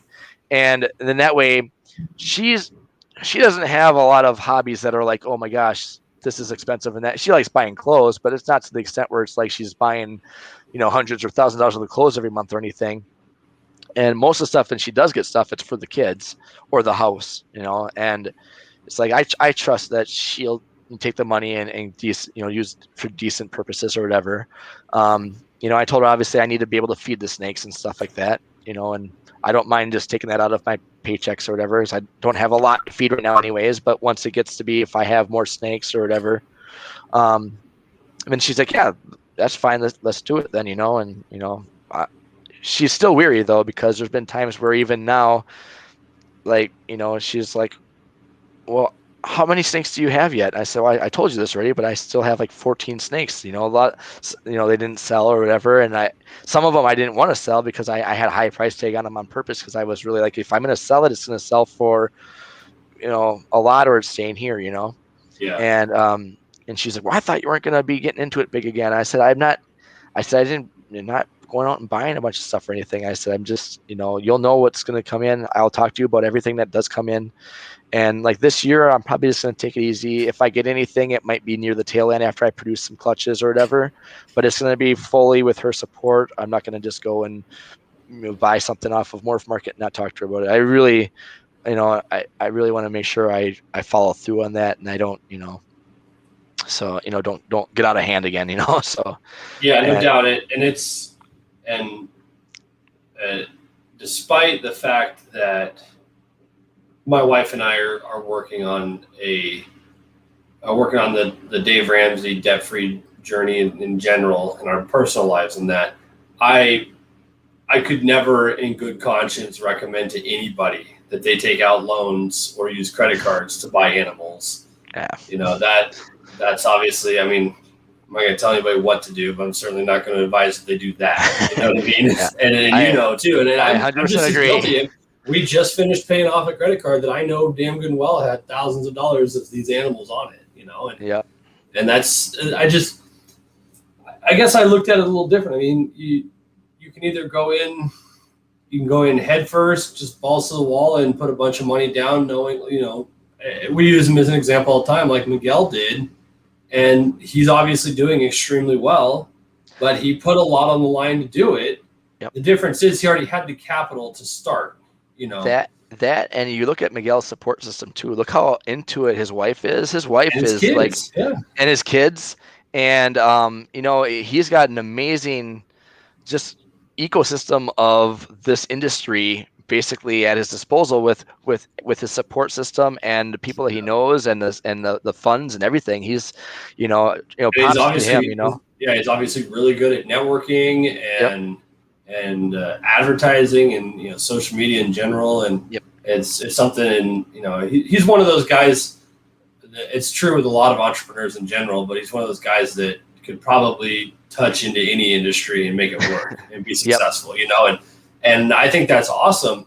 But had he gone into that venture with $200,000 or $300,000 in capital investment from somebody else that's expecting a return, be it a bank or a private investor or whatever, and God forbid the collection, his little building burns down or something, like you're completely hosed at that point.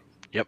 And I just, it's way too big of a risk. And one of the things for me is, I'm not predicting that the ball python market is going to implode and all of our animals are going to be worth zero and not ever going to be able to sell them to anybody, a flip of a switch. But I'm not putting all my eggs in this basket, and I have zero desire to go full time. I've said that on here numerous times because in my world, I don't think it's that sustainable.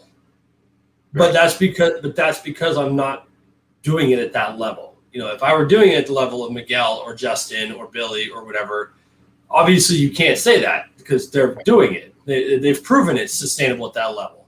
Right. But you're talking about with Miguel being the exception, you're talking about a decade long or longer idea of getting to that point and a lot of work. And I still think that the pet trade market in general, especially when it comes to reptiles, that's a sticky wicket to hedge your entire bet on, Now if this does really well and it becomes a mid to high 5-figure a year side income, who's going to complain about that? But I still have the security, peace of mind, comfort in the house with my family, and that knowing that I have a regular paycheck coming in if this all doesn't work. Yep. And because I know that there's no debt on any of this, if it stopped working tomorrow, no harm, no foul. Right. That's the big one.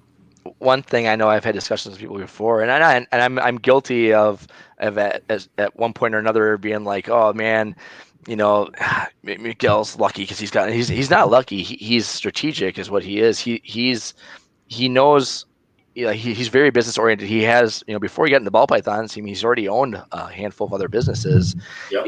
and people are like, oh, this bull crap, he bought his way in and stuff. And I'm not going to lie. I've said it before too. It's like, I've worked, how many years in the plain fact of the matter is, if any one of us, anybody in this hobby had the funds that Miguel had, damn well you'd be buying the same amount of stuff as he did. You'd be buying high-end stuff. You'd have, 200, 300 snakes in your first year or two, because you'd have everything. You'd have breeder females right off the bat. You'd be producing ball pythons in your first year or two in the hobby.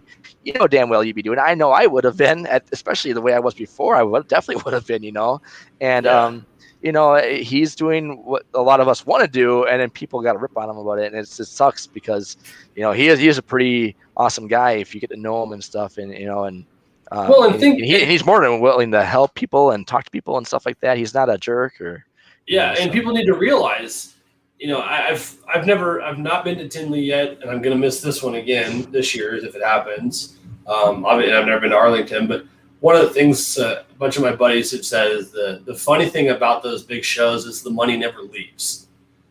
So you put a bunch of stuff, you put $30,000 worth of stuff on your table, and you sell most of it, and then you spend the rest of the weekend walking around and spending it on somebody else's table. So it just keeps going around the room, but it never actually leaves the building for the most part.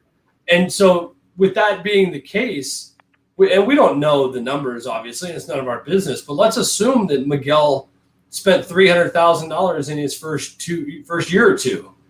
That means he injected another $300,000 into this revolving door of money that we call the snake breeding hobby. Yep.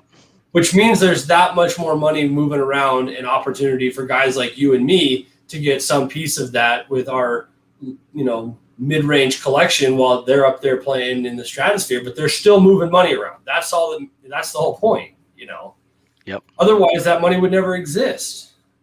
Yep. Jesse made that very, very great point down there. People are jealous of what they cannot do themselves. Well, that's true in life in general. Right on, that's right on the head. It's just but especially in this hobby, there's a lot of people. There's a lot of animosity in this hobby.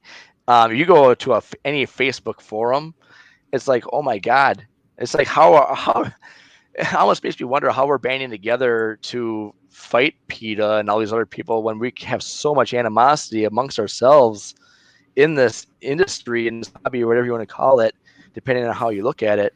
But it's like, wow, people are just so rude to each other, and everybody's got to, and I think we're probably, whether we've typed it or thought it, we're probably all guilty of it at one point or another. Absolutely. But because everybody can be a keyboard warrior now and just post everything they want to, and it's just like, man, if somebody is just starting out, they might not know what a recessive is. I remember not knowing. I didn't understand why I couldn't breed an albino to a pastel and get albino pastels right away. I didn't know why, or whatever. I mean, it's like, I don't get it. Why not? Like, oh, are you stupid? How do you not realize that recessives need to have both on both sides of the animal? Like, people just don't know. They find out by you helping them, not criticizing and knocking them down constantly, And yeah, well, and one of the weird things about this hobby, because it's not an overwhelmingly large community when you think about it, especially in the world of the breeders. And I know there's a lot of breeders, but you think on the grand scheme of things, it's really not that big of a group of people. Yet it's so closed door is the best way I can put it, where you're in the hobby and like now you just exist in this room, period.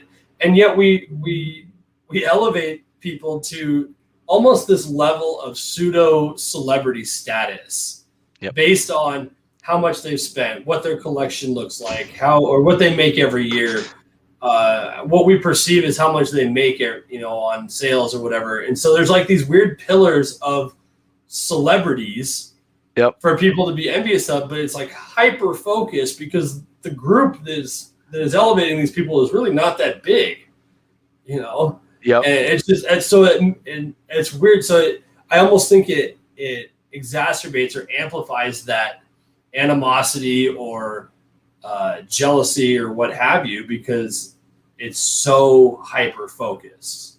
Yeah. Yep.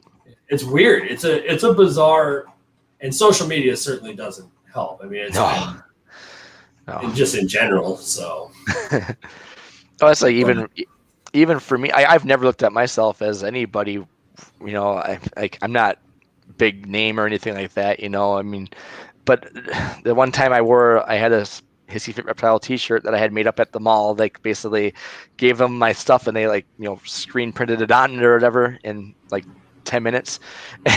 And I wore that to the show and stuff. And I had people stop me like, "Hey, Hissy Fit Reptile Doug, hey, how's it going?" And they're like, "Hey man, watching your stuff, man. You really inspired me." I'm like, I thank you. I appreciate the support and everything, but I'm like, I feel like I'm just a normal dude that like I'm not anybody worth they're like, "Hey, can I get a picture with you and stuff?" I'm like, okay. It's weird for me because that was and I mean it hasn't happened in a long time or anything, but but those first probably in the like the 5th year I was in it or whatever, I guess that'd be like 2014, 2015 timeframe range or whatever.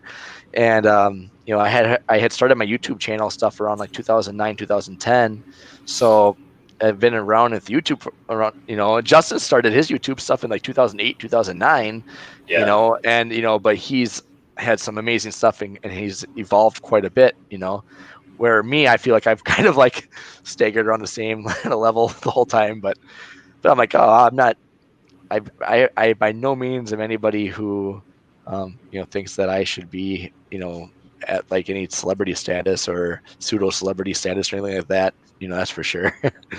That is, and I'm not either, believe me, but that is a weird sensation, a weird reality when people like reach out to you and say, "Oh, me and my son watch your stuff all the time, and we're building our first rack and this, that, and the other. I just wanted to share with them." Like, that's like, why? Like, who? It's just I'm some random dude in Montana. Like, I remember I was at the Repticon in Denver in 2019, I guess it was.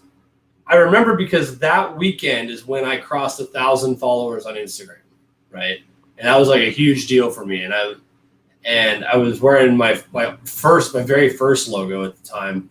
And I had this family. I was helping Brace Exotics, my buddy Byron, at his table. And I had this family come up to the table, and they literally came to the Repticon to meet me because they had been watching the first like 8 videos I had made on YouTube or whatever that were about building cages or building racks and that kind of thing. And like, that was such a weird moment. And now I have however many people following me, but I have people message me all the time, says, "Hey, I watch your videos all the time and I do this, and this. And I just wanted to show you what I did." It was like, "Hey, are you going to be at this show? I'd love to meet you." I'm like, that's super bizarre. And so I can't imagine what people like Miguel and Brian Cusco and Justin and Billy and freaking Barczyk, of course. I mean, I was that guy to Barczyk when he was here. I was doing everything in my power not to fangirl over the fact that like the #1 snake celebrity was in my house. But it was, and actually I gotta say that meeting Barczyk and having him here, and that was exactly what I needed as my channel and my Instagram and that started to get to some kind of size, because he's just another dude. Like, he was super cool about it. He wasn't constantly on his phone, looking at comments and trying to see how much his posts were doing or dealing with sponsors. He took one call while he was here because he was trying to deal with that stuff going on at the Reptile Gardens in South Dakota or whatever. But like, he's just a regular guy, and he's like, "I said I would come visit you, and I'm interested to see what you're doing and that. So I'm here, I'm in the moment." And like, that was super cool. So that was a neat way to look at it and say, okay, I'm never going to be that level. But when people come to me, that's because they're looking at me in a similar light, and they're excited that they have that access to talk to somebody like that. So the only thing I don't answer on my Instagram DMs, I try to answer every post every question I get to the extent I can. My wife kills me, or she hates it because I'm on my phone all the time. I do so much networking on it now, but I try to answer every question or comment I can, with the exception of people that come on and send me a message specifically to just ask to do a sticker swap. For whatever reason, that one bugs me, and I just don't read them, or I just delete them, whatever. It's set up. You get to a certain number of followers, and your Instagram gets set up to where you can read the message without them seeing that you've read it before you accept it into your inbox, whatever, and you can just delete it or ignore it or whatever. And it's almost daily anymore. And it's like, I don't know who you are. I don't. Yep. And it's not because I want to make a killing on selling my stickers. Trust me, I don't make any money on selling stickers. That's not how it works. It's not right. More often than not, I throw way more than people ever ask for, and they buy a couple stickers and I throw all of them in there. It's not about that. I like putting them in the boxes for stuff that people buy from me or whatever. But this door was specifically designed, much like Billy's is, it's sticker sealing and with wall or whatever, specifically designed for people that wanted their logo and their sticker on my door and in my videos. Like, I want your stuff on here because you want your stuff on here, not because you want one of my stickers and you just want to use a sticker swap as a way to do it. That just bugs me for some reason. And so it's just, I don't know why that one's always been a weird one for me, but the weird, the notoriety, I don't like calling it a celebrity status or an influencer or whatever, but having any kind of notoriety is bizarre to me. Right. Well, with that being said, you want to do a sticker swap? Just kidding. No, I'm just kidding. Do I not have one of yours on here already? No, I just got mine finally. So I didn't know, when I kind of got out around the time I was selling my collection, apparently right around that time is when sticker swapping became kind of big in this industry. All of a sudden people are like, I kind of got back in. They're like, hey man, you want to do a sticker swap, or hey, can I get your stickers? And I'm like, I don't have any stickers. They're like, oh yeah, you should get some stickers and stuff. It's sweet, whatever. And I remember I got some stickers when I bought like a snake from Justin. He kind of gives you the whole shebang when you buy a snake. You open up the box and there's a bunch of swag, and a couple other ones. You go to reptile shows and you pick up somebody's business card, and if they have stickers, you might grab a sticker or whatever. And that was like as much of sticker things as I ever thought there was. But then all of a sudden I realized people are actually doing sticker swaps and stuff. And I was like, oh, okay. I mean, I suppose I should probably get some stickers made, I guess, so I can start, Dude, and I don't know where it came from. Like I love watching the old timers. Like, what the fucking Chris Eaton's my favorite, man. He's like, these fucking kids and their fucking stickers, and who wants a fucking sticker anyway? Like, it's like every breeder, everybody and their brother now has a YouTube channel and a sticker. Like, yeah. Well, and for me too, besides the one shirt that I had mentioned I had gotten made at the mall, and I was, and I went to Tinley, I wore it, and sometimes I wear it in my videos and stuff. I had never done my people are like, hey, can I buy a t-shirt from you? Can I buy a t-shirt? And I'm like, I don't know. I never really wanted to say, okay, I'm going to, a lot of times you need to put like $200, $300, $400 down for 20 or 30 t-shirts to have on hand. Otherwise they won't make them for you. If you only say, I want 5 t-shirts, they're like, well, we need at least 20 or, 20 minimum or whatever. Yep. So I'm like, oh, well then you sent me that thing about Store Frontier, and that thing is amazing how it works. I'm actually waiting for my first order of my own shirts so I can get them and kind of show them off so I can kind of reveal to everybody. But Store Frontier is I've been really impressed with them, and I can't remember the guy's name, the liaison I talk to all the time, but I will say, because your logo is fairly complex, right? The Store Frontier stuff is definitely better and higher quality the more simple your logo is, right? In general, if you watch closely on Billy's videos, Billy has one of my version 2 shirts, which is the kind of the realistic looking dreamsicle wrapped around the martini glass. Yep.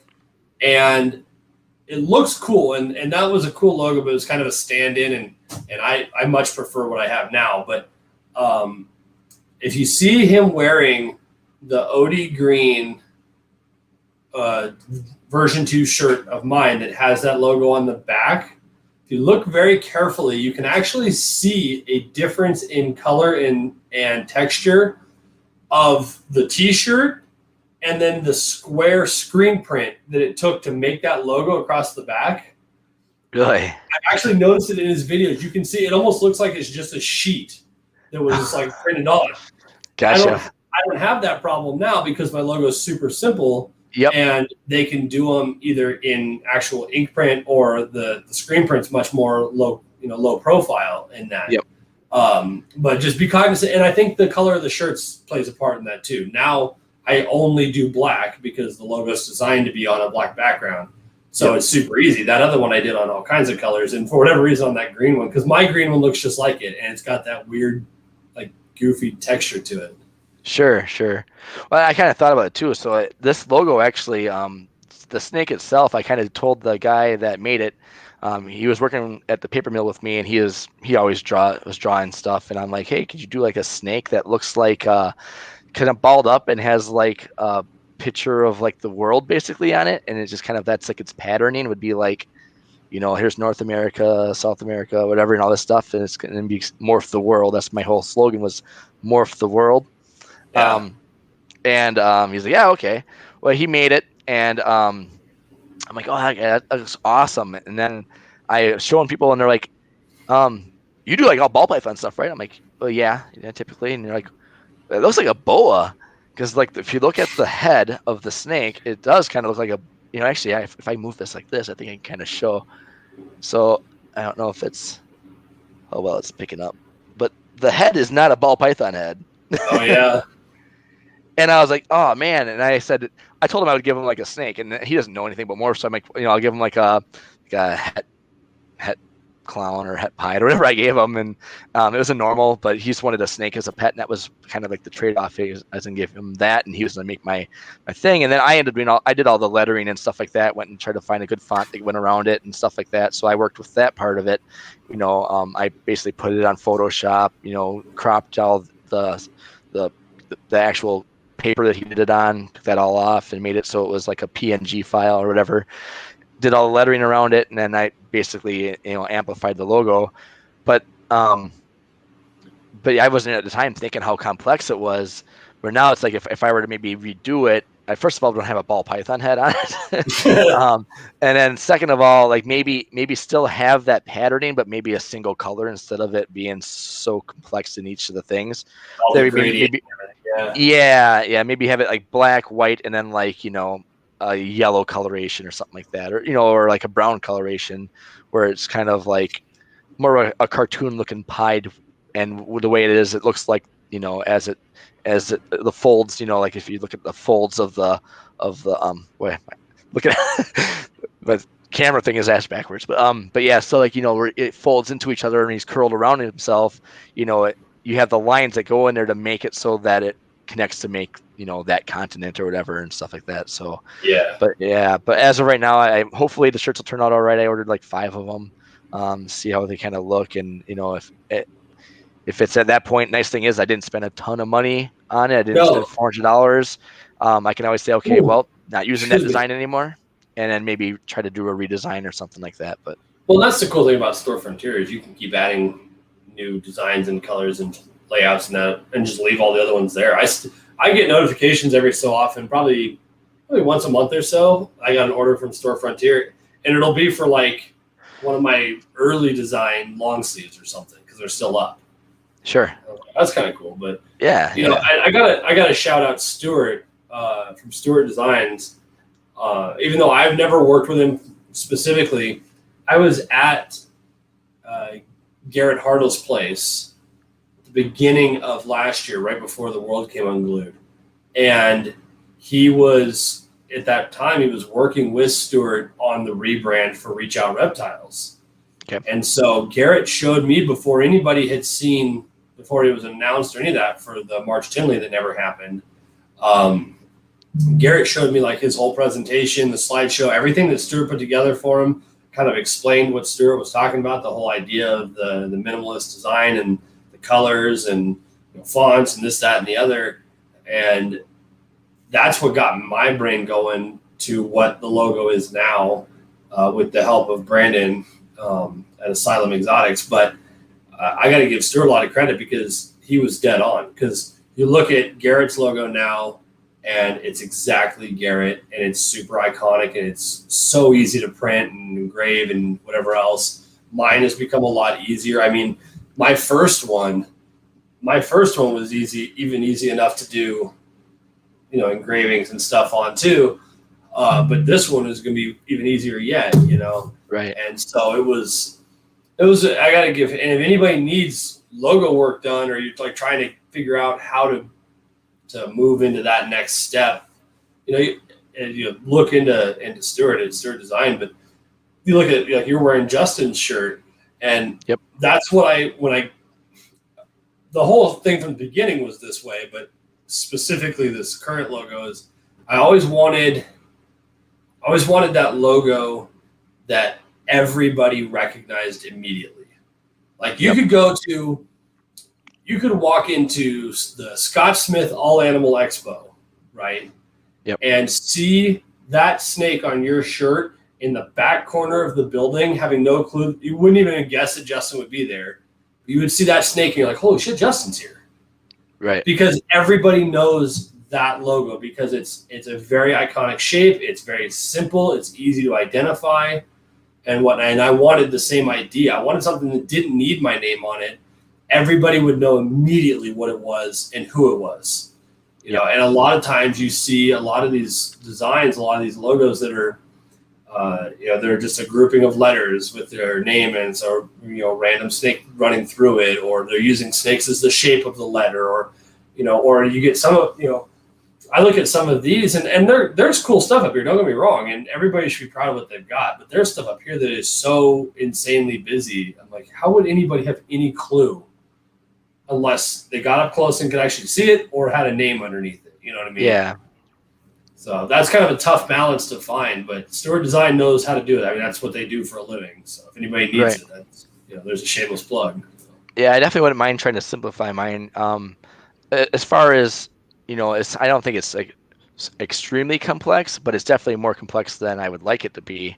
Yeah. And as far as stuff goes, it's definitely cool for, like, on YouTube and all that kind of stuff, where you don't have to worry about, different colors and making print on a physical item.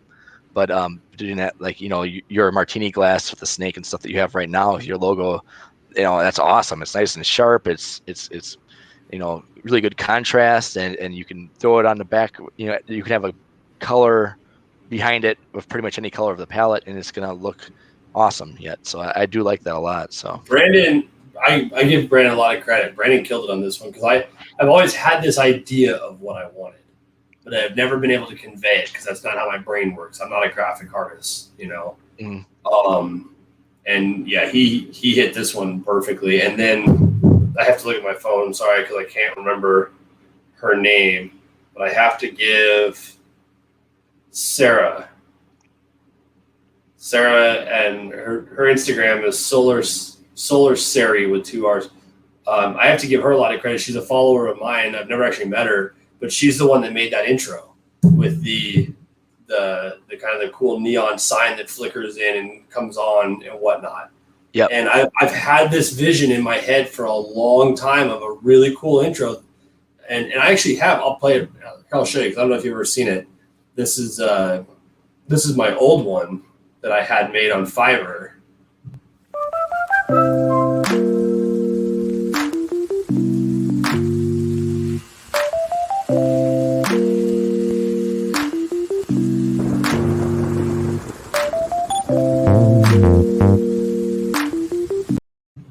So I had this idea a long time ago that I wanted, because the whole theory of the theme, I guess, of our brand was the kind of prohibition, speakeasy, underground martini lounge kind of thing. Yep.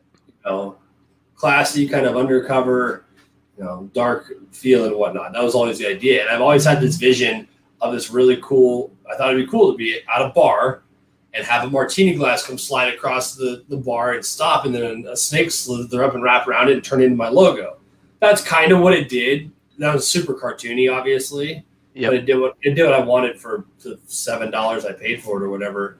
But the Sarah, when she made that neon sign one, and then I was able to add like the little bit of kind of smoke effect that comes over to it in that at the end, and we found the music that hit perfect. I was like, oh, it's even simpler, right? I mean, it doesn't need all the big motion in that. It still conveys the theme of this, kind of secret underground martini lounge feel, Yep. So it's been 3 years in the making to get to where we are, but I think that's part of the fun too, is finally, everybody will stumble into it eventually. They'll find that one look that is like, that's the one. And like orange is my color, obviously. And I've got it in everything. It's on my chair and it's my snake hook and everything else. But it's fun, dude. I think that's the marketing side of it, the branding side of it's definitely kind of interesting if you're into it. Yeah, yep. I went to school for marketing stuff, so I like doing it myself if I can, but I'm also not like really good with graphics and stuff like that. I mean, I suck at art, My 8-year-old daughter is better at art than I am, so maybe I should have her try to do a logo for me. But no, it's fun messing around with it, but it's like, man, I can only do so much with what I have these ideas in my head. It's like, putting idea to paper or whatever is like so hard for me because I can't. Yep. And then it's hard for me to describe it usually too. So, like let's say I tell you something in my head, I think it this one way. You hear it, you're like, okay, I know exactly what you're talking about, and then all of a sudden they do it, and it's like, no, that's not at all what I was talking about. So, everybody has different ideas in their heads. So. Yeah. Well, Tom says, for what it's worth, Tom says, I don't think your logo's not yours. My bad. I don't think yours is complex either. He's actually talking to, I didn't read it all the way. That's my mistake. He's talking to Herbert, the show sponsor. His is interesting. It took me a while when I was building that intro to know what Herbert's logo was. But I see it now. But it's a simple enough design. The overall shape, and though the big thing that was the issue with my second one was, like you're talking about with yours, it was all of the gradient, all of the different colors and shadow and highlights and crap like that. That stuff is so difficult to convey in product, and obviously you can't do a really nice traditional like ink sublimation style shirt graphic with that, because there's no way to show gradation. So it has to be done with a screen print, and you can't engrave it and that kind of thing. So that was one of the big ones I wanted to get away from, even though I really liked the way that logo came out, because that was the inspiration all along, was the dreamsicle. That was the emoji snake, which just resurfaced in the media again from Justin. That was what got us started. Yep. And so, and I can see that in yours is, that's why I said watch with I'm curious to see how your Store Frontier shirts come out. Yeah, me too. Really excited. I keep looking at it and it still says like queued for printing or whatever. And I'm like, oh, I can't wait to see where it says it's shipped out. But yeah, it'll be interesting. Like I said, if it turns out to the point where it's like, okay, I'm not really happy with how it looks. I mean, I definitely won't put it on them. I'll just kind of more figure it's with the complexity of my logo, but it doesn't really mean that I have to scrap my logo. I could still use that, I think, for like my business cards and my stickers and stuff like that. It's just that I might make a more simplistic one for t-shirts and stuff like that. But where it's not too different to the point where it's like a completely different logo. You know what I mean? Absolutely, definitely. Well, we're getting kind of towards the end of it here. I got a couple other questions for him. Was there anything else you wanted to add in particular? Wanted to mention? Yeah, actually, I almost forgot about this, but I mentioned this in Brian's thing I did with him a couple months ago or whatever too. But with the whole reptile addiction thing, and and like I said before, we kind of joke about it, but there is, definitely could get really serious if you are not too careful with what you're doing and all that kind of stuff. I did make like a Facebook group to do with actual like reptile addiction. I don't know if I can maybe send you the link to that page if you want to include it in this description or whatever. But it's what did I call it? I think I just called it Reptile Addiction Support page or support group or something like that on there. And it's more of a, it's not one of those funds like, oh yeah, reptile addiction because, you want to buy a bunch of snakes. It's more so like, hey, I'm going through some issues. I've been blowing my paychecks. I, didn't pay my mortgage because I was buying snakes with it. And, just kind of there to kind of help each other and try to, and even if somebody is not to the point where they've ever gotten into the addiction, they can still go on there, maybe try to, maybe give some advice to people, or just kind of like, I don't want anybody bashing each other on it. If I see any negativity towards each other, I mean, we're all human. We all make mistakes. I made some major mistakes with this whole thing to get to the point where I'm at. Maybe I wouldn't have had to do a collection sale if I would have just been more careful with it, included my wife, it was more, it just took it a different way. And, I learned a lot from that time in my life, and I definitely would, be willing to share more in detail with people if they're going through some of the same stuff that I maybe went through, or if you catch yourself maybe going through it or starting to, and you're not like, oh, you know what, I'm starting to kind of get to the point where I'm not sure if this is going to go bad if I keep on doing this, or maybe my relationship with my significant other or my kids is starting to strain. Maybe I should, put a, message, it could be private message, it could be public message on the post and stuff like that. But it definitely, check it out if you feel like maybe it might be something that might interest you or whatever. So Cool. Yeah, absolutely. We'll send that over. I'll put that in the description for sure. And all your info is down there as well for anybody that's interested. And obviously, Doug's back into it now and be making some cool stuff. So we'll keep an eye on that, and we'll have to have you back on later in the year and see how everything's going. And yeah, maybe once some stuff starts hatching out and whatnot and stuff. I know you're kind of maybe talking about Scaleless stuff, but maybe next time or whatever. But definitely wanna, I know you have at least the one, right? I know you have one. one. She's actually down in Kansas at the moment, but yeah, I do. Okay. We've got the one, but where do you stand on that? What's your overall opinion? Well, so I interviewed Daniel Allison from Constriction Addiction at Tinley one of the years, and he actually even let me hold one of his when I did the interview thing. And first of all, if this out of this world different than any other ball python I've ever held, and No obviously holding it and stuff.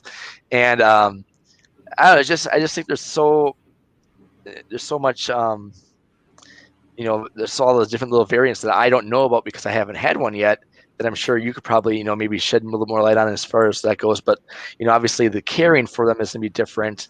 And that's the biggest part for me that I'm kind of nervous about is, okay, is it going to be, paper towel or those liners that you have, what's, I know I heard multiple times don't put them on the cocoa husk or aspen or anything that can actually poke them or hurt them, or, stuff like that.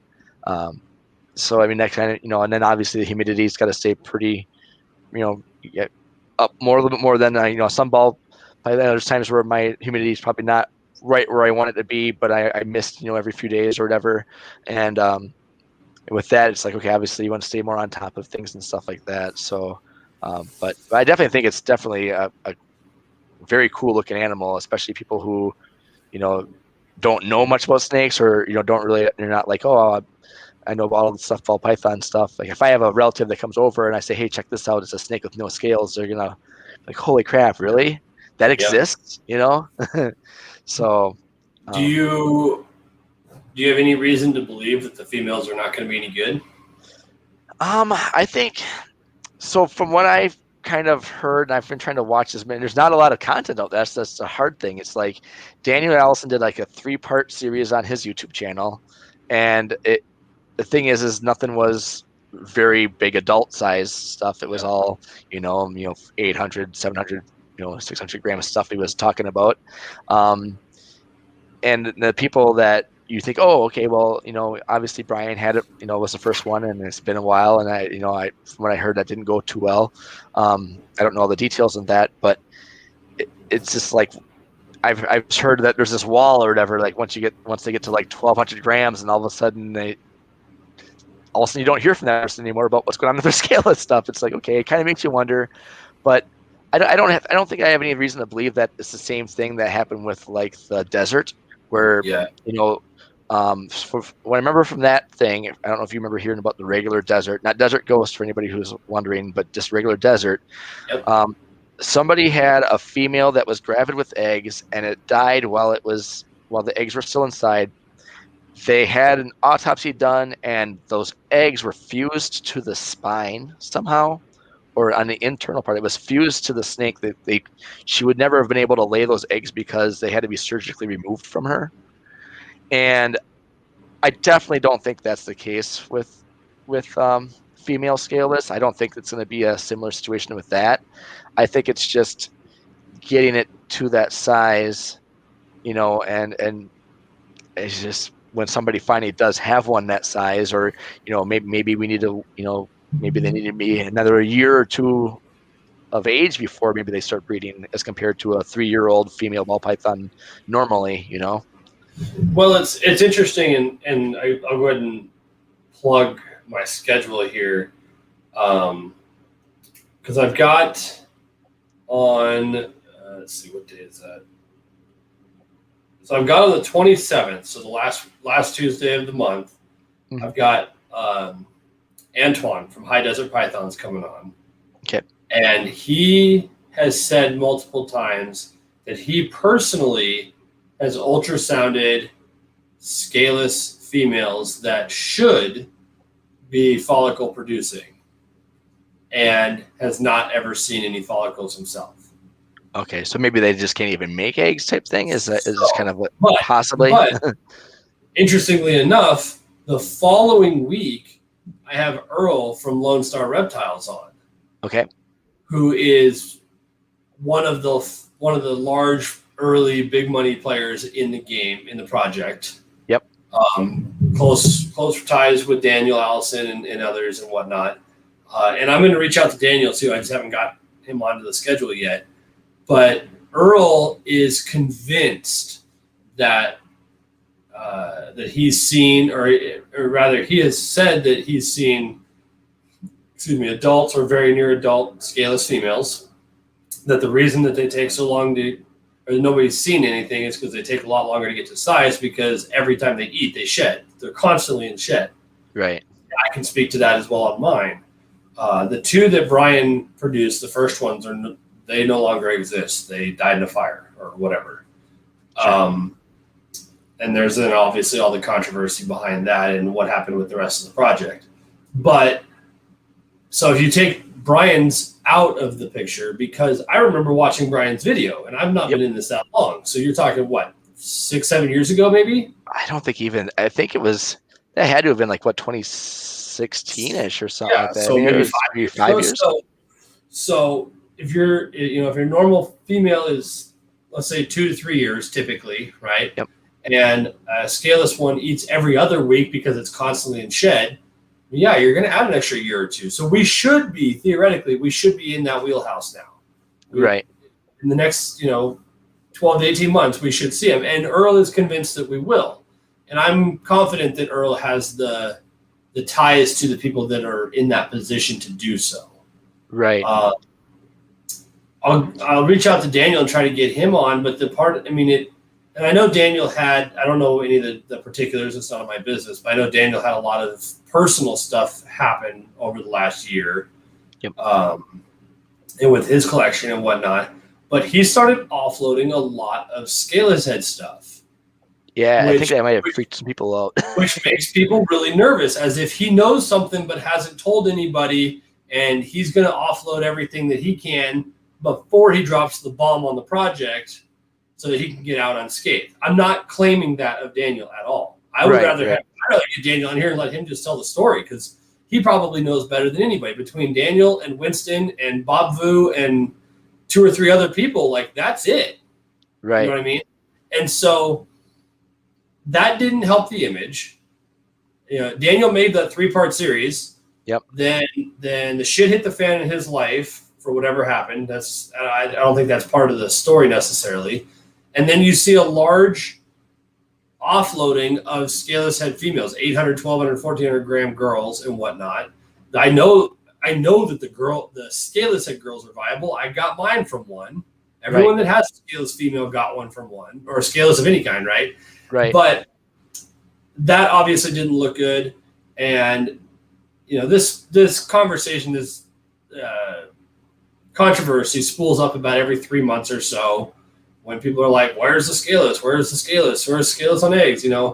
And so Earl has said, and when he was on Billy's video a few weeks ago or whatever on his live, Earl has a lot in that project. He has a lot of Scaleless head stuff. He has a handful of Scaleless in general.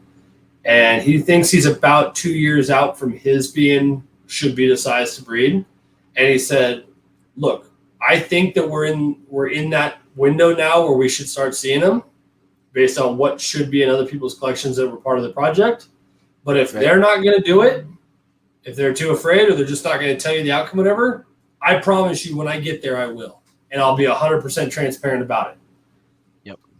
And I think part of the issue is there's so much hysteria around it that I wonder if the couple of people that rightfully should be in the position to do it already, I wonder if they're almost gun shy of trying now because they partly believe it might not work. Right. And what happens when you've got 6 figures into this project and everybody's waiting for it to see if it's going to work. And you're like, well, shit, do I risk my 1 or 2 Scaleless females to try this and have them end up dying when I can still put, or whatever the case may be. And so I wonder if maybe they're afraid to pull the trigger in case it doesn't work.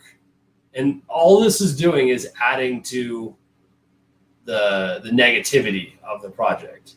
Right. At the end of the day, I've got one. She's still listed for sale. If she doesn't sell, I'm certainly not going to be butthurt about it. I don't think my girl's going to go this year, so I doubt I'll make another one this year. But and I'm doing more pairings for Scaleless head combos in that. I like what Scaleless head does in the single form. Yeah. It screws with the pattern. It makes things brighter. I'm working on it with some other long-term recessive combo stuff. I will probably try to make some other Scaleless just because I think they're cool. Yep. But I heard, I think it was Earl actually said it. He said, there's never going to be a situation where people look around their collection, there's 100 snakes in here that say, I want to see every one of these combos, but with no scales. So we can completely start over and we can redo every combo again in Scaleless. That's not going to happen. That's not the reality. Because realistically, the Scaleless, like you're saying, they are a different care. I don't think they're quite as difficult as people try to sell them as. Sure. In my experience anyway. But they're not for everybody. They are a different care sheet and whatnot. And the market for them is just not going to be that big. And you're not going to have a $125,000 Scaleless again. That ship has long since come and gone. Realistically, I think especially if the females prove to be viable, the Scaleless combos are going to fall kind of in that like double recessive range. They're going to be $1,500 to $4,000 a piece for combos. Yeah. But it's tough because, and I've got one, and if nobody's done it by the time mine get there, shit, I'll probably try it. Right. Right. Well, and that's the thing too. I don't plan on going totally nuts with the Scaleless project thing. If there's one gene I wanted to get into every single animal in my collection, and it would definitely be Desert Ghost. I mean, ever since I got into that in 2016, it's like, why not have the best possible version of what your snakes look like?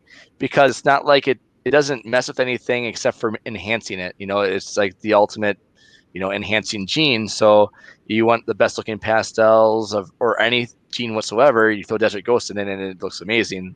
If I was ever at a point where every single animal I sold was either Het Desert Ghost or Visual Desert Ghost, I'd be happy with that. But with the Scaleless stuff, I'm not trying to make it. I don't want to make 20, 30, 40 animals a year or anything like that. I mean, I'd be happy just doing 1 or 2 clutches a year, getting some Scaleless heads or Scaleless visual, the super form of it. But yeah, like you said, too, the Scaleless head stuff is neat looking. A couple years ago, I produced a super pastel pinstripe enchy scaleless head, and it has a really high expression scaleless head as well. Oh man, that thing was smoking hot. That was like, it almost looked like it had Desert Ghost in it, but it didn't, And it's because of how the scaleless head also kind of amplifies it a little bit, And Well, it was I was blown away because my first season I produced the female. I actually made two. One didn't come out of the egg, but I made that female super enchy scaleless head, and that animal was nuts. And sadly, she didn't make it. She ended up having some other complications down the road, but that thing was just bonkers. Totally and I different look than a at regular super enchy, oh right? yeah, definitely super clean, super bright, really reduced. And so I look at it like this. I'm gonna make some more scaleless in combos. Like I really want to see what a scaleless ultra male looks like. Right. I want to know what it does with that color palette. You know what I mean? We know what the pied looks like. It looks insane. Yep. The clown it looks insane. I've already seen it and that. So that's going to be interesting. There's a couple I want just for my own collection but I think if nothing else, if the controversy never goes away, or if it's proven that the females are no good, which will be sad because that'll just turn all of the superform females into high dollar pets, really. Yep. Doesn't mean the males aren't going to work. I don't see a reason why they wouldn't. But that's a risk you got to take, just like it was with Desert. But I think that the smart money is people need to get over the hysteria about the project and treat it just like every other lethal super. How many of us have champagne, spider, spot nose, woma, hidden gene woma, shit like that in our collections that we use every day, but we know damn good and well not to put them together? Right. So why would a scaleless head be any different? We know that it works. We know that it does really cool things in combos, especially as a brightening agent. If you don't want the risk of producing a scaleless female because they turn out to be not viable, or you don't want the burden of having that extra workflow in that, then don't put them together, but keep using it to make everything else better. My scaleless head pied that I made is in hands down one of the nicest looking pieds I've ever seen as a single gene pied. Well, and the nice thing is too, with scaleless heads, you don't have to worry about any different conditions to put in. You can keep that the same way you keep every one of your other ball pythons. I've never had an issue with the scaleless part of the head having any shedding issues. It's always shed just perfectly fine along with the rest of the snake. And I have two of them, and I've never had an issue with either one of them, and I'm sure you haven't either. So I do great. So I want to say hi to Tim real quick at the Serpent Chamber. Yeah, Tim Thompson. He's been a big supporter of mine from the get-go, so it's kind of cool to see him drop by. But Tim and I go way back, actually. Yeah, Tim's been really good to me. I can't complain about that at all. So, and Tim, just so you're aware, the ultrasound is telling me that pinstripe might be going. So, him and I have some stuff from him that is, to be completely honest with you, Doug, I could not care less about the Sunset Project. It does nothing for me. But I picked up this pair from Tim. It's an unproven, alleged 100% het Sunset pinstripe female. Okay. It was bred to something. I don't know the whole story. I can't remember it, but inevitably it was bred and she never produced it. The one clutch has not produced any visuals. It could be 100% deposit or something, or head to head, you just miss, whatever, right? So she's a possible het, but unproven het Sunset pinstripe female. And I got a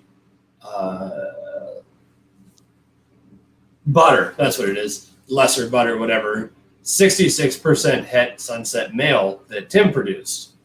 Okay. So I have got the longest odds of all time for a visual Sunset. Right. But if it hits, man, and I can hit a lesser pin Sunset out of this, that might be pretty rad. And I'll start sticking that in other projects because I think people are going the wrong direction with Sunset. I don't know what the right direction is, but I don't like what they're doing so far. Well, so my personal opinion, and this is probably going to sound like a broken record probably with it, but I think that once a Desert Ghost Sunset is revealed, that's going to, because Sunset looks cool as a baby, like right off the bat. And then by the time it's a year old, it's already kind of dull looking, in my opinion. It's like, okay, Yeah. it's like, okay, it's sunset. I will say the only one so far that I've seen that I was excited about, but I want to see them at 1,100 grams or something to see if it still holds, was the Hypo Sunset. I think looked really nice. Okay. Especially as like a 300 or 400 gram patch, like it really shines. And Hypo is totally underrated. Absolutely. I'm doing a bunch of Hypo this year. I love the Hypo stuff. Yeah. Yep. And the Banana Sunset, I really liked. Yep. But yeah, that does hold color good. I think we need to add more to it. I still think that the Lavender Sunset is going to be the home run. That should be pretty cool. Because just like Brian Barczyk says, he's convinced that is the key to the red ball, either lavender or albino, either one. Because if you look at the genes that are tied like they are in boas, the blood boa in its single form is effectively a sunset ball python. Sure. And you put the blood boa with the call albino or sharp albino or whatever, and you get a red dragon. It's a red boa. Right. So that's where his A to B connection comes from. That's where and Miguel's working on it. He's got, I think he's pairing for albino sunset this year. So we'll see. So I think that's going to be awesome. And I really want to see it in Ultramel just because it's already the right color. You know what I mean? Right, right. So, and Tim says super asphalt sunset. I mean, we can start getting ridiculous, of course. I keep giving Joel at State 48, I keep giving him shit because I'm not convinced that the sunset pie is going to work. Okay. I told Joel when he was on, I said, here's the thing. I said the sunset pie is going to be one of two things. It's going to be absolutely mind-blowing or a complete dud. There is no middle ground. It's not going to look like anything, or it's going to look insane. Right. So we'll see. And that kind of goes with a lot. I mean, there's been times where I had a red stripe male that I'd got. This is this is before Justin blew the top off red stripe stuff. I bought a red stripe male off of the little, how when you go to the auctions this was at Tinley. Actually, I know you haven't been to Tinley, but they have a table there, and it's like the silent auction. You write it, whatever. I got almost ready to breed red stripe male for $90 off this table, right? This is before anybody thought red stripes were worth a damn. Yeah. And I was like, okay, well, I'm gonna try getting in the clown because I figured that would be kind of cool. And then not too long after that, Justin's like, here's what it looks like when you have red stripe with clown, and magma stuff. I'm like, okay, well, I'm definitely going to keep on going that direction. But I also had a pastel mystic potion. And I'm like, well, what am I going to do with this thing? I'm like, well, I'll put the red stripe with it and just see, that might be okay. Not really knowing quite how awesome it was going to be. Cause at the time, I think people had produced some red stripe Mojave stuff, which looked okay.